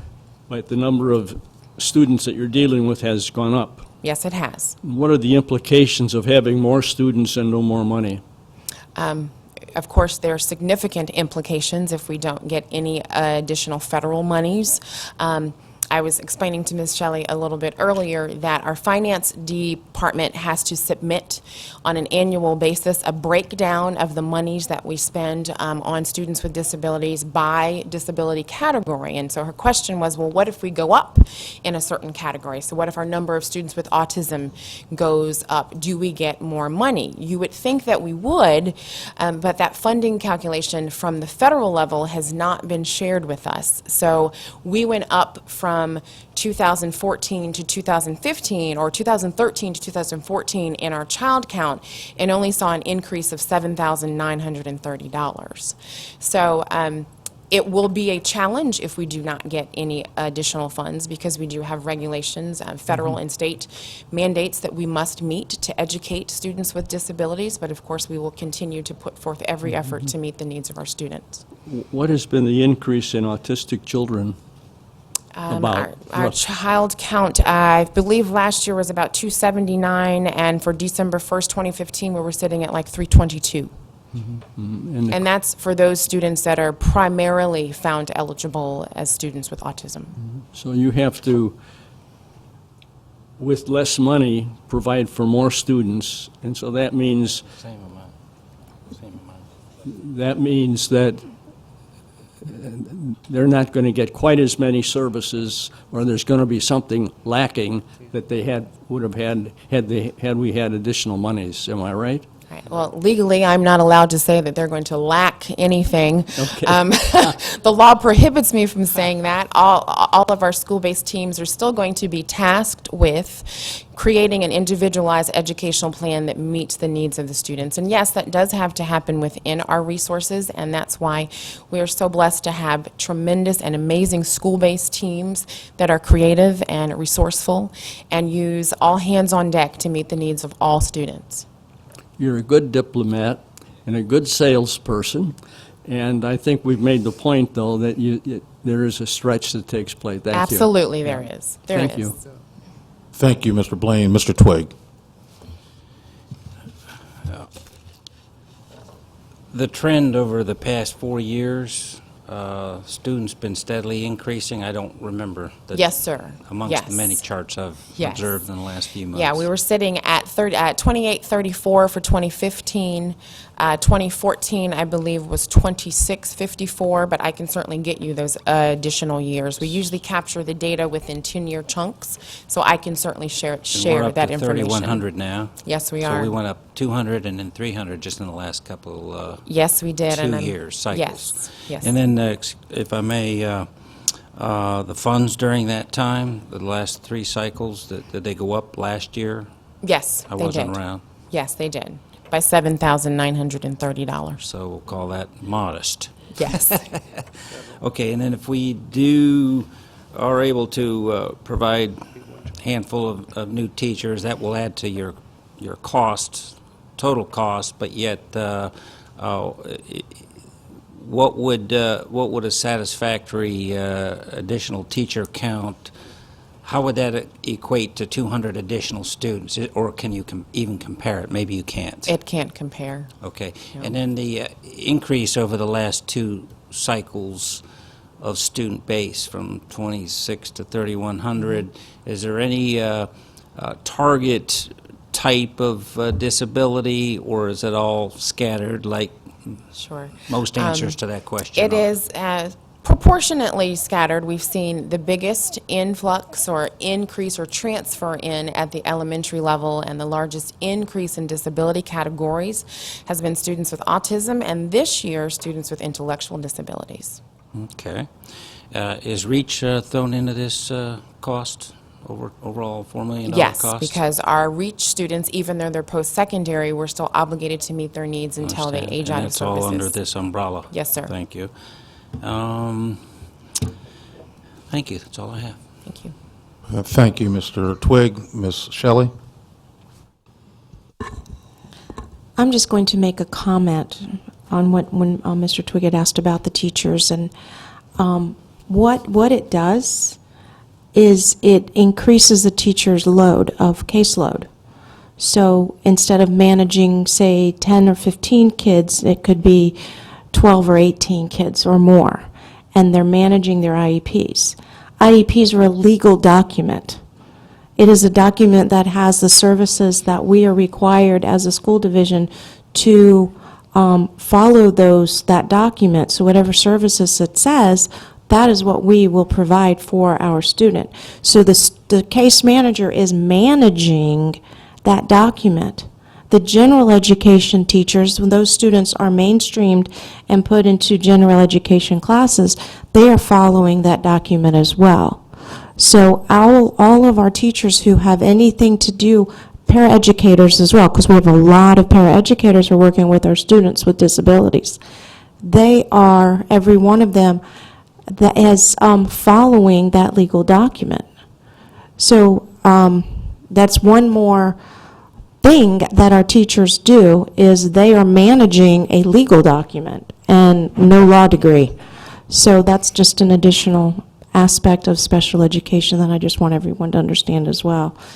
And I'm kind of just filling in. So Appreciate it. I know a little bit. Thank you. And you guys this is awesome. Thank you so much for your presentation and all the work that you and your team does always. Thank you, Ms. Shelley. Ms. Blaylock? You know I'm going to talk. I mean, every year you get up here, I will not ever let you sit down without thanking you and your crew. Y'all are the dream team. Every time I call you, you're right there. And we talk a lot. We have a lot of needs in this community, and I got to say, if you're a family that has services that are needed, they're quite lucky, because we have the best right here in Spotsylvania County. So thank you for the presentation. You know how I feel about you. Keep up the good work, and how we can support you as a board. Please don't hesitate to ask. Thank you. Thank you. Thank you, Ms. Richardson. I just want to say, whenever you have really talented people around you, sometimes they do their job so well that you just take it for granted. We really appreciate the work that you do and your staff that's been assembled to assist you in order to take care of the needs of our children. And so I'd like to share that with you, and not to overlook Mr. Wolf's excellent presentation as well. Just want to show you some love as well.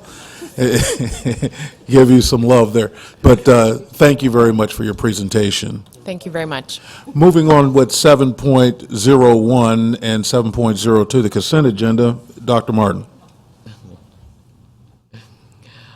On the consent agenda this evening are the approval of the minutes of the March 14th, 2016 regular meeting and donations, which are usual and customary. Staff asked that the consent agenda be approved as presented. So moved, Mr. Chair. And I'll second.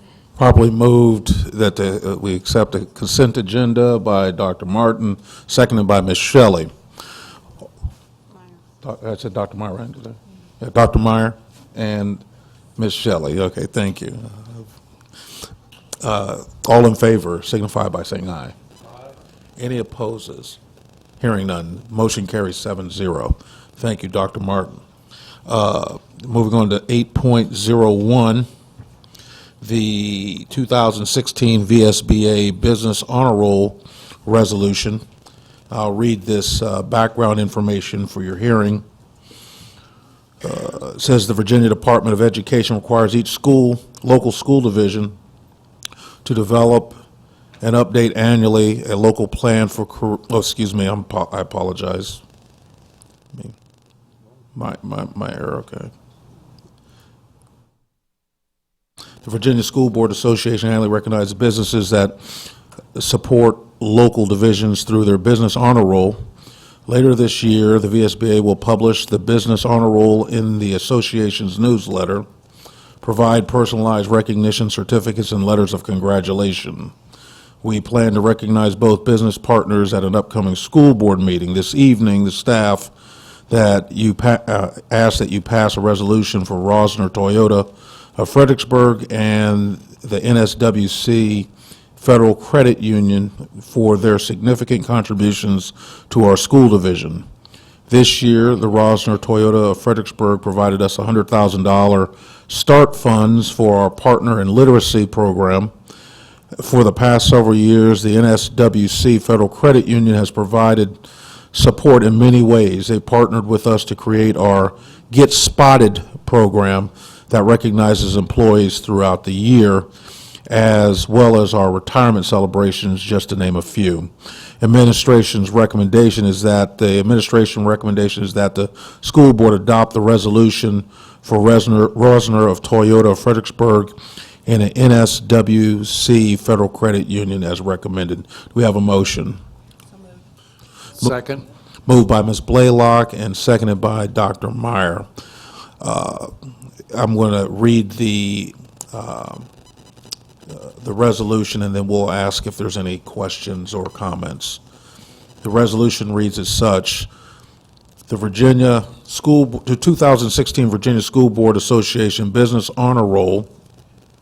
Whereas public schools and local businesses are an integral part of the community, and whereas many local businesses play a crucial role in supporting our schools, and whereas the economic health of our community, state, and nation depends on a strong public school system, and whereas collaboration between local public schools and local businesses strengthens schools and the business community alike by providing a well-trained and highly educated workforce, and whereas an excellent public school system is vital to the quality of life in this community and fundamental to preserving a strong democratic society now and in the future. Now, therefore, be it resolved that the Spotsylvania County Public School Board names Rosner Toyota of Fredericksburg to the 2016 Virginia School Boards Association Business Honor Roll, showing appreciation for the firm's ongoing support of this community's public schools. Your work has aided this community in focusing on the goal of providing the best public schools we can for every child who attends them. And are there any comments or questions? Any comments or questions? Mr. Blaine. I just want to be sure that each of the two recipients named will get the identical award that you've just read. Is that correct? Yes. Okay, and then each of us will sign it before delivery, do I see? Yes. Okay, thank you. We'll have a roll call vote. It's been properly motioned and seconded. We'll starting with Mr. Gramp. Gramp, aye. Blaine, aye. Twig, aye.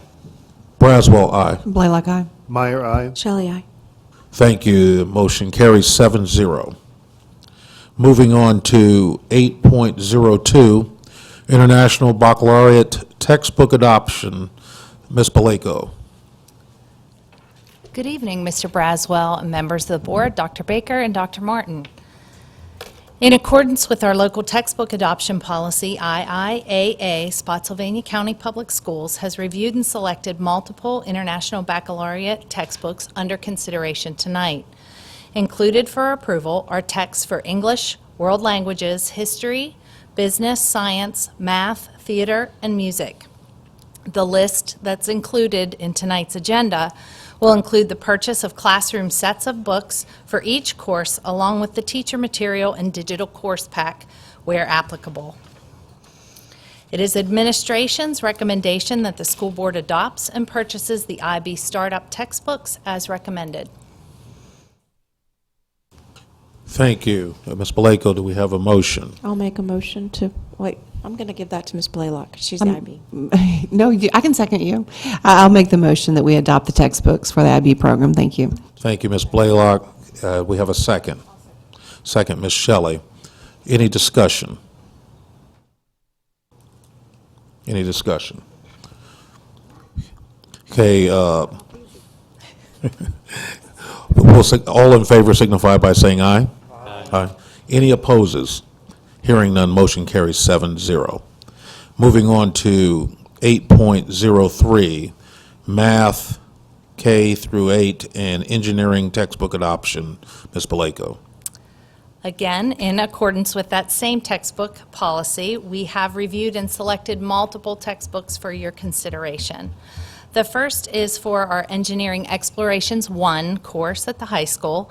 It's Engineering Design and Introduction, the second edition, and features innovative instructional approach emphasizing projects and exploration as learning tools. This engaging text provides an overview of the basic engineering principles that shape our modern world, covering key concepts within a flexible two-part format. Part 1 describes the process of engineering and technology product design, while Part 2 helps develop specific skill sets needed to understand and participate in the process. The text and e-resources are included with the purchase. The next two sets of texts are middle school math, 6, 7, and 8, and those are the Big Ideas by Houghton Mifflin Harcourt. Big Ideas Math is dedicated to a balanced approach in instruction. Activities and explorations involve student-directed discovery learning, allowing students to develop conceptual understanding. The discovery learning is followed by teacher-directed instruction, giving students the opportunity to utilize clear, precise mathematics language and structure. Big Ideas has integrated the very latest technology with its industry-leading math curriculum and includes the dynamic assessment system, student edition ebook app, and teaching tools. Finally, Math K through 5 chose Envision's Math by Pearson Education. It has a 2016 copyright. The new Envision Math 2.0 for grades K through 5 supports print, blended, and direct digital learning experiences for personalized learning of rigorous math. The new Envision Math 2.0 program engages learners with interactive learning aids and video tutorials, personalized practice, and immediate feedback. It has built-in RTI activities or response to instruction or intervention and multiple modalities.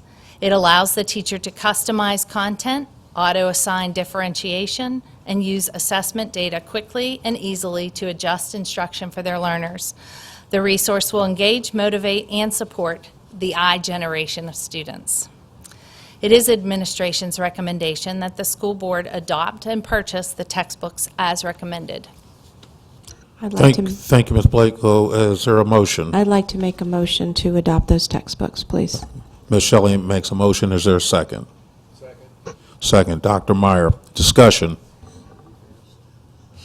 I just want to say, those sound amazing, especially that Envision.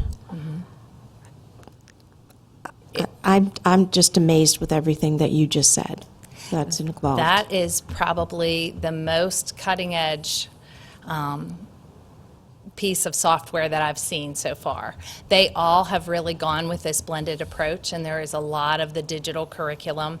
Our policy still uses the language of textbook, but honestly, the digital components that really go with this, it's the whole package of resources. So it can be used as a station. The students can log in at home.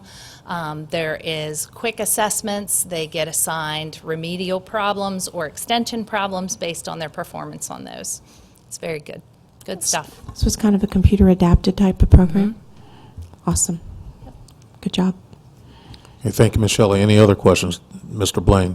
You mentioned blended learning, and just for our listening audience, what exactly do you mean by that? And secondly, knowing that it requires, if you want to do something at home, access, what is our situation relative to those students, and how do we serve them? Blended learning is obviously an approach that is more some face-to-face time with the teacher and also some digital components to that learning as well. If we do not have, or if a student does not have access, there are a lot of ways that we can make up for that. We also want them to be able to experience the digital tool, so oftentimes we'll fit that into our instructional day at school. But that's where those textbooks come into play. The hardcover textbooks, if needed, can be checked out and taken home by the student. And if there was universal access, it would certainly enrich the opportunity that kids have in our division that are currently have some restrictions when their Wi-Fi is not available to them. Absolutely. Thank you. Any other questions or comments? I have a question. I was looking at the price tag. It's about $1.3 million. So from my understanding, these, the lion's share of the cost is from grades K to 5. So we're replacing textbooks and throughout Sixth the grade entire levels. division, right? All Absolutely. at the same time, okay. And that will be a 7-year adoption. So A that- 7-year adoption, okay. And then with the math books 6th through 8th, these textbooks for 6th through 8th grade, even though aren't kids moving at different rates from middle school? So what's going on there? We have, this includes 6th grade math, 7th grade math, and 8th grade math. We also have some new pre-algebra courses that we're designing right now, and we're still writing curriculum for those courses. So we don't want to choose a resource prior to finishing that curriculum writing. So as soon as we are finished, my team actually meets Thursday, we're going to look at the pre-algebra resource. The other 2 courses in middle school are algebra and geometry, which are high school credited courses. So that's kind of the next wave where we're headed in the whole resource kind of world, is updating that curriculum, those high school math courses, and any materials that they might need. Okay, thank you. Any other comments or questions? Mr. Blaine, go ahead. I'm assuming in a 7-year adoption procedure that the publishers, as things are changed over that 7-year period, as far as the electronic aspects go, they will keep updating that as part of the initial investment. Absolutely. We have negotiated that in the contracts of all the textbooks that I've purchased and brought to you prior to this. Thank you. Okay, thank you. Any other comments or questions? Okay, the motion was properly moved and seconded. All in favor signify by saying aye. Aye. Any opposes? Hearing none, the motion carries 7-0. Thank Thank you. you, Ms. Baleko. 8.04, first reading and approval of 5-year cyclical policy review. Let me go to that there.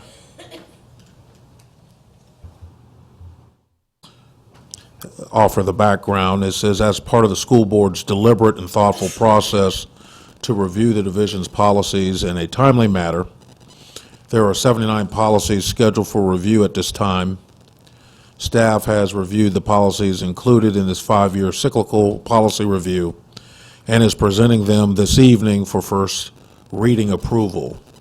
Please find below the 5-year cyclical policy review checklist for 2016 and the 5-year cyclical indexed policy manual for fiscal year 2016. The indexed policy manual is an interactive document, and the policy language is being reviewed. Administration's recommendation is that the school board approve for first reading the recommended action for policies and regulations as outlined in fiscal year 2016 5-year cyclical policy review checklist as presented. We have a motion. Mr. Chair, I'd like to make the motion that the board approve for first reading the policies and regs as presented by staff. I will second that. In block. In block. Thank you, Dr. Meyer. We have a motion to approve the policies recommended by staff in block, seconded by Mr. Blaine. Any questions or discussions? Seeing none, hearing none, all in favor signify by saying aye. Aye. Hearing, or any opposes? Hearing none, motion carries 7-0. Thank you.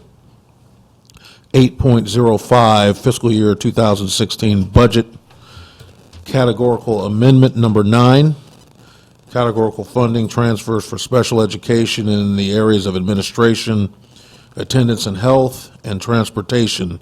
Ms. Gaines and Ms. Richardson, thank you. Thank you. Good evening, Mr. Chair, school board members, Dr. Baker and Dr. Martin. Based on the presentation provided this evening, you did recall that the special ed count has increased by over 300 students, or 9.5%. Based on that, it does require additional fiscal needs. When you look at the budget amendment that's before you, it's basically looking at $500,000. We have monies in the debt service account because we were able to refinance a bond. $290,000 will go into instruction. Number one, this is to cover social worker services, speech language services, vision and applied behavior services. $207,000 will go into administration. Number one, this is for occupational therapists, dance therapists, and psychological contractor services. And a small amount will go into transportation. At this time, staff is recommending that you approve budget amendment number 9. I move to approve Thank you, Ms. budget amendment Gaines. number 9. We have a motion to approve the amendment number 9 by Ms. Gramp. Is there a second? I'll second that. Ms. Shelley seconds. Any discussion? Ms. Gramp? I would just like to say, I hope that we can all work with our counterparts and the Board of Supervisors and have this be the last time we have to vote to change money in a category, do away with categorical funding. Excellent point. Ms. Blaylock? Yes. And there's a concurrence by Ms. Blaylock. Any other discussion or comments? Seeing or hearing none? It's been properly moved and seconded. All in favor signify by saying aye. Aye. Any opposes? Hearing none. Motion carries 7-0. Thank you. Thank you very much. 8.06, deed of exclusive easement between Spotsylvania County and Spotsylvania County Public Schools to enable construction of radio tower behind Cedar Forest Elementary School to support radio system. Mr. Upperco. Yes, sir. Thank you, Chairman Braswell, members of the board, Dr. Baker, Dr. Martin. As you may recall, at the February 22nd meeting, the school board approved a non-binding letter of intent which allowed the county to proceed with the preliminary plans to construct a radio transmission tower located behind Cedar Forest Elementary School. This was deemed crucial to sustaining the emergency radio system. The Spotsylvania County Administrator has now submitted the attached deed of exclusive easement to provide the county the following in order to complete this project: a 30-foot utility easement, 21-foot ingress, egress, grading, and utility easement, the ingress, egress, grading, and utility easement itself, and the tower easement. The deed of exclusive easement has been vetted through the division's legal counsel. As previously communicated, the emergency radio system does benefit the school division, as each school utilizes these radios in daily communication with the transportation and maintenance departments. In addition, radios allow schools to make contact with the Sheriff's Department and Public Safety in the event of an emergency. These radios are also crucial for efforts by the division's transportation and maintenance departments during inclement weather conditions, which we hope we will not have any more of, by the way. At this time, I'd like to say that the administration recommends the school board approve the deed of exclusive easement for construction of a telecommunication tower behind Cedar Forest Elementary School. Thank you, Mr. Upperco. Do we have a motion? So moved, Mr. Chair. I'll second. Moved by Dr. Meyer, seconded by Mr. Twigg. Any discussion or comments? Discussion or comments? Seeing none? All in favor signify by saying aye. Aye. Any opposes? Hearing none, motion carries 7-0. Thank you. Very much. Moving on to informational items, Ms. Flenard, usual and customary. Continue on to 10.01, any unfinished business. Unfinished business. 10.02, new business. Ms. Blaylock. Thank you, Mr. Braswell. As many of my colleagues know, when we approved sixth grade sports at the last meeting or a month ago or so, I did have some feedback from some middle school personnel, and some valid points were made, and I thought I would bring them to the board's attention and ask that maybe Dr. Baker have staff look into them. One being, I want to bring football back on the table. We excluded football for a few reasons. To say that you don't do it because of size or they could get a concussion, I would argue that you could get a concussion in any of the sports, softball, soccer, or the other ones that we offer. And also, as you all pointed out to me, that if you did not make the team, if you weren't strong enough to make the team, you just wouldn't make it. Therefore, that should go for football as well. I just do not feel like if we're going to go this route, we should exclude that sport. The second part of the sixth grade sports that was brought to my attention, which I had asked for staff to pull some numbers on, was the athletic directors on the middle school level will be the ones that have to handle the paperwork, whether it's online or not, of all the physicals. As you know, you cannot step on a field to try out for a sport unless you have your physical. So if you have, let's say, 80-something going out for football, you might have, or we can't, so we'll use the one that we can do right now. Let's say soccer, you have 80-something going out for that, or maybe 70, and you add that and it goes over 100, that's a lot more paperwork. So I'd ask for the pay scales of who we compared to, and I saw a couple of things. Other athletic directors on the middle school level in the surrounding counties make a little more in some areas, but one thing that really stood out is they have 2 coaches. Most of them had more coaches than we had. So obviously nothing can be done right this minute, but I'm asking that if the colleagues would agree that we allow staff to look back into this and see if that's a budgetary item we could put on the table. We're not talking about a large sum, but I think your athletic directors in the middle school need a little bump for what they're now asked to do, because you did put a lot more on their plates and they didn't get anything else. Now, I could say that about almost every employee in this division. I'm not saying that. But we do have to take on the ones that sort of are right in front of us. We voted to approve it.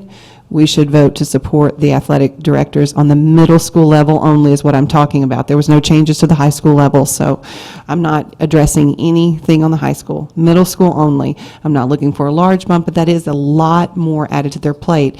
In fact, there was some concerns that as I was discussing this with some middle school coaches and different ones, that we may have people not willing to do the job of an athletic director on the middle school level because it is a lot of extra work. So I just want to make sure that we look at their compensation as well, and I would like the feedback from my colleagues if they have any on this.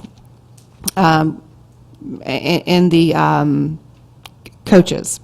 Another point that, as I was doing some research on this, was if you do add a lot of kids coming from the sixth grade level and you have 3 days of tryouts, that's a lot of times one coach in the very, very popular sports that do have around 70 kids that will bump up to 100 or more easily. You have one coach trying to make cuts down to a number about 30 or something in 3 days. Middle school sports, as you know, the fall starts the very first day of school is the first day of tryouts. So I don't know if there's any way we could get support there, whether it be another human being out on the field with them that is supported, or if we could add one more day. That I would like the coaches to be in on that decision, because that does cut into season time as well, even though it's just 1 day. But those are just some of the issues that were brought to my attention. I did discuss them and sort of asked for some feedback, some paperwork, pulled some numbers, and it does seem like a valid thing that we need to look at. Again, bumping AD's pay on the middle school level, maybe looking for support during tryouts now that we have added sixth grade.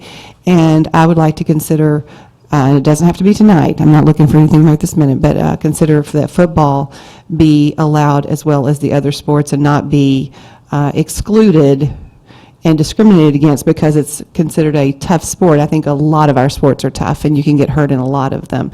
And we do have travel football teams that have very skilled players who are ready to play on the sixth grade level, maybe because they are big enough to do it, or they are a smaller skill player, but they have been trained and they know how to play that skill position that they're in. So that's just some thoughts if anyone has any feedback, and I would hope my colleagues would allow me to ask Dr. Baker to have staff look into those things. Thank you, Ms. Blaylock. Any comments based off of what Ms. Blaylock has said.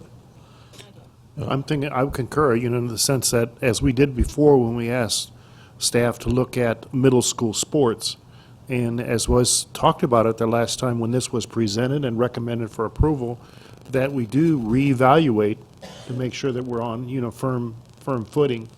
And that it does make a lot of sense if the student is going to be competing and they're trying out, if the student doesn't have the size or the competencies, then that student would not qualify. And I think it just takes care of itself. I think the other issues you're bringing up about, the supervision side aspect of it, as well as the comp that goes with it, certainly needs to be looked at. Thank you. Any other comments? Mr. Blaine? Just a concern that I raise, I think, is the only thing to say, really, and that is the question about concussions in football, and I'm just concerned about the insurance aspect of that. And that's kind of the same question I have about the nice report that Mr. Twigg made about the cleanup. When kids are out along the highways, are they insured? Do we have any responsibility or anything like that? Just I don't know the answer, but I think we need to be sure that we're in good shape.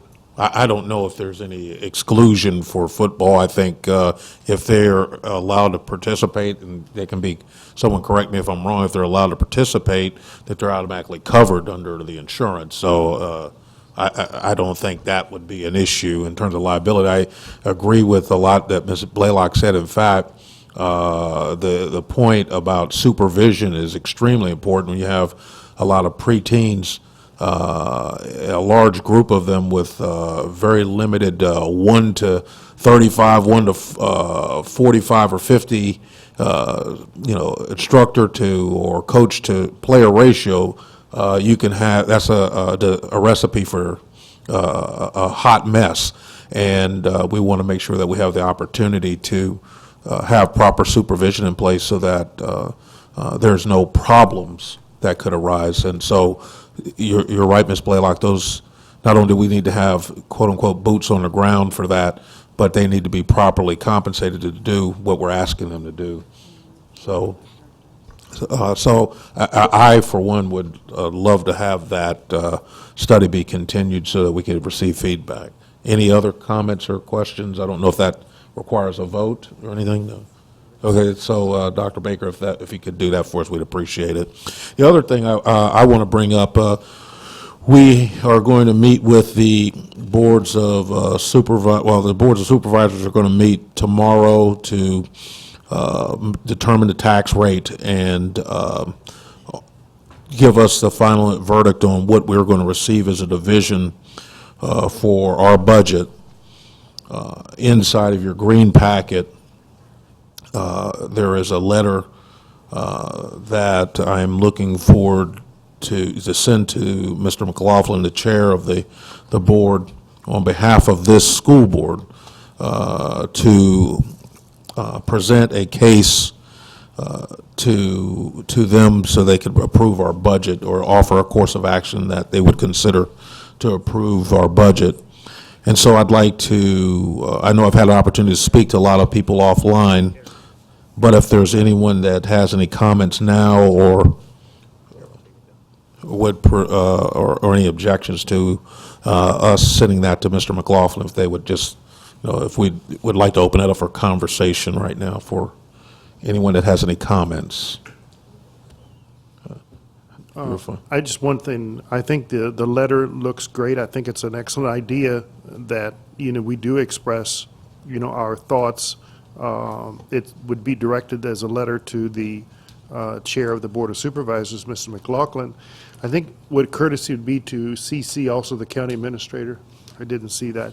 And the chart that's attached to that kind of lays out, where we started on our initial budget, and, it's a reduction of right away of $3.4 million taken off the table, and then what's being funded by the state and county as in terms of 8.4, and the local funds that we're asking for would be in this proposed for consideration would be the 5.1 million over and above the 2.7 that's already in the county administrator's recommended budget. because the 2.7 really only covers the debt service, does not cover anything else. So without any additional funds under our operating budget, then, over and above the debt service, we truly need the 5.1 so that we can address the health insurance component, 2% COLA for staff, and in lieu of 47 FTEs, 14 FTEs, 2 of which would be ESOL and 12 would be special ed, and then the non-compensation of 0.8, totaling 5.1.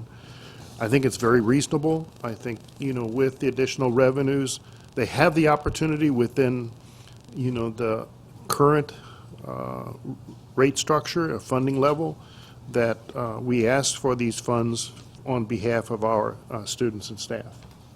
And I concur with the letter. Thank you, Mr. Chair. Thank you, Dr. Meyer. Ms. Blaylock. Yeah, I support the letter I read this evening. I give credit to Mr. Braswell and Ms. Gramp as the leadership of our board right now for taking the initiative to put out a letter with the facts and the table connected to it. One thing that's very important is that we don't leave anything unsaid and no stone unturned, and that's kind of what I'll see this letter as us completely doing our due diligence as a school board. There will be no question when the supervisors sit down tomorrow evening or tomorrow afternoon of what our needs are, and the ramifications could be extremely serious if the needs aren't met. And this needs to be taken not in any way a threat, it's just called facts. Numbers don't lie. Students are here, and their needs are here, and we plan on meeting them. And I certainly hope that this letter makes its way to all of the supervisors, and they understand when their vote comes down tomorrow and their funding for public education in this county is made, that it is made in such a way that we can provide for our students and for our staff and the compensation that they deserve and that they need at this time. So I think it's a good letter. It has my full support, and again, I feel it's just us doing our due diligence. Thank you, Ms. Blaylock. Any other comments? Any other comments? And part of that also is that I wanted to have an opportunity to speak to the board and Ms. Blaylock, Ms. Gramp as well, to speak on behalf of the board and present this proposal during their public hearing piece. So, public comments, excuse me. Okay, so with that being said, we'll send that letter out. We'll move on to 11.01, personnel matters in closed meeting. Resolve that the board conduct a closed meeting for the following purposes: consideration of candidates for employment, assignment, promotion, demotion, and discipline of employees or resignation of employees who have a contractual commitment to the board as permitted by 2.2-3711A1 of the Code of Virginia, consideration of student disciplinary appeals as permitted by Section 2.2-3711A2 of the Code of Virginia. And I have a motion to enter closed session. So moved, Mr. Chair. Moved by Dr. Meyer, a second. Second by Ms. Shelley. All in favor signify by saying aye. Aye. Any opposes?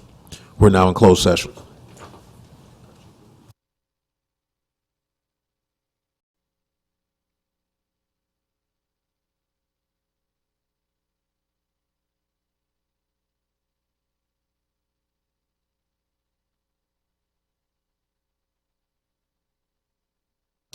All in favor signify by saying aye. Aye. Aye.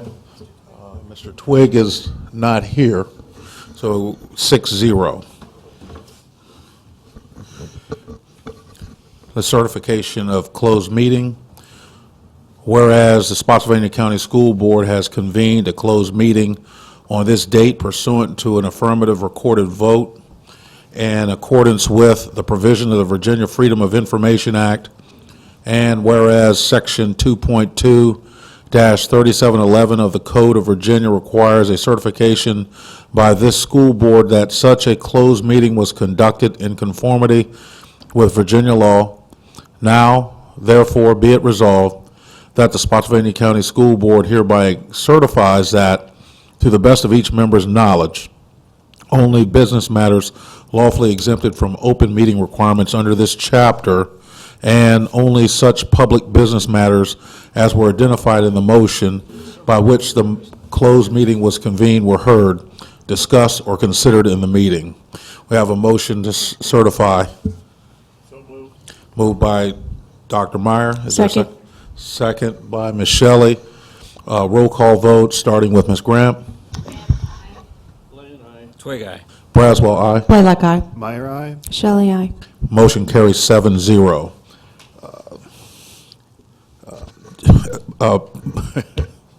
Dr. Martin, please.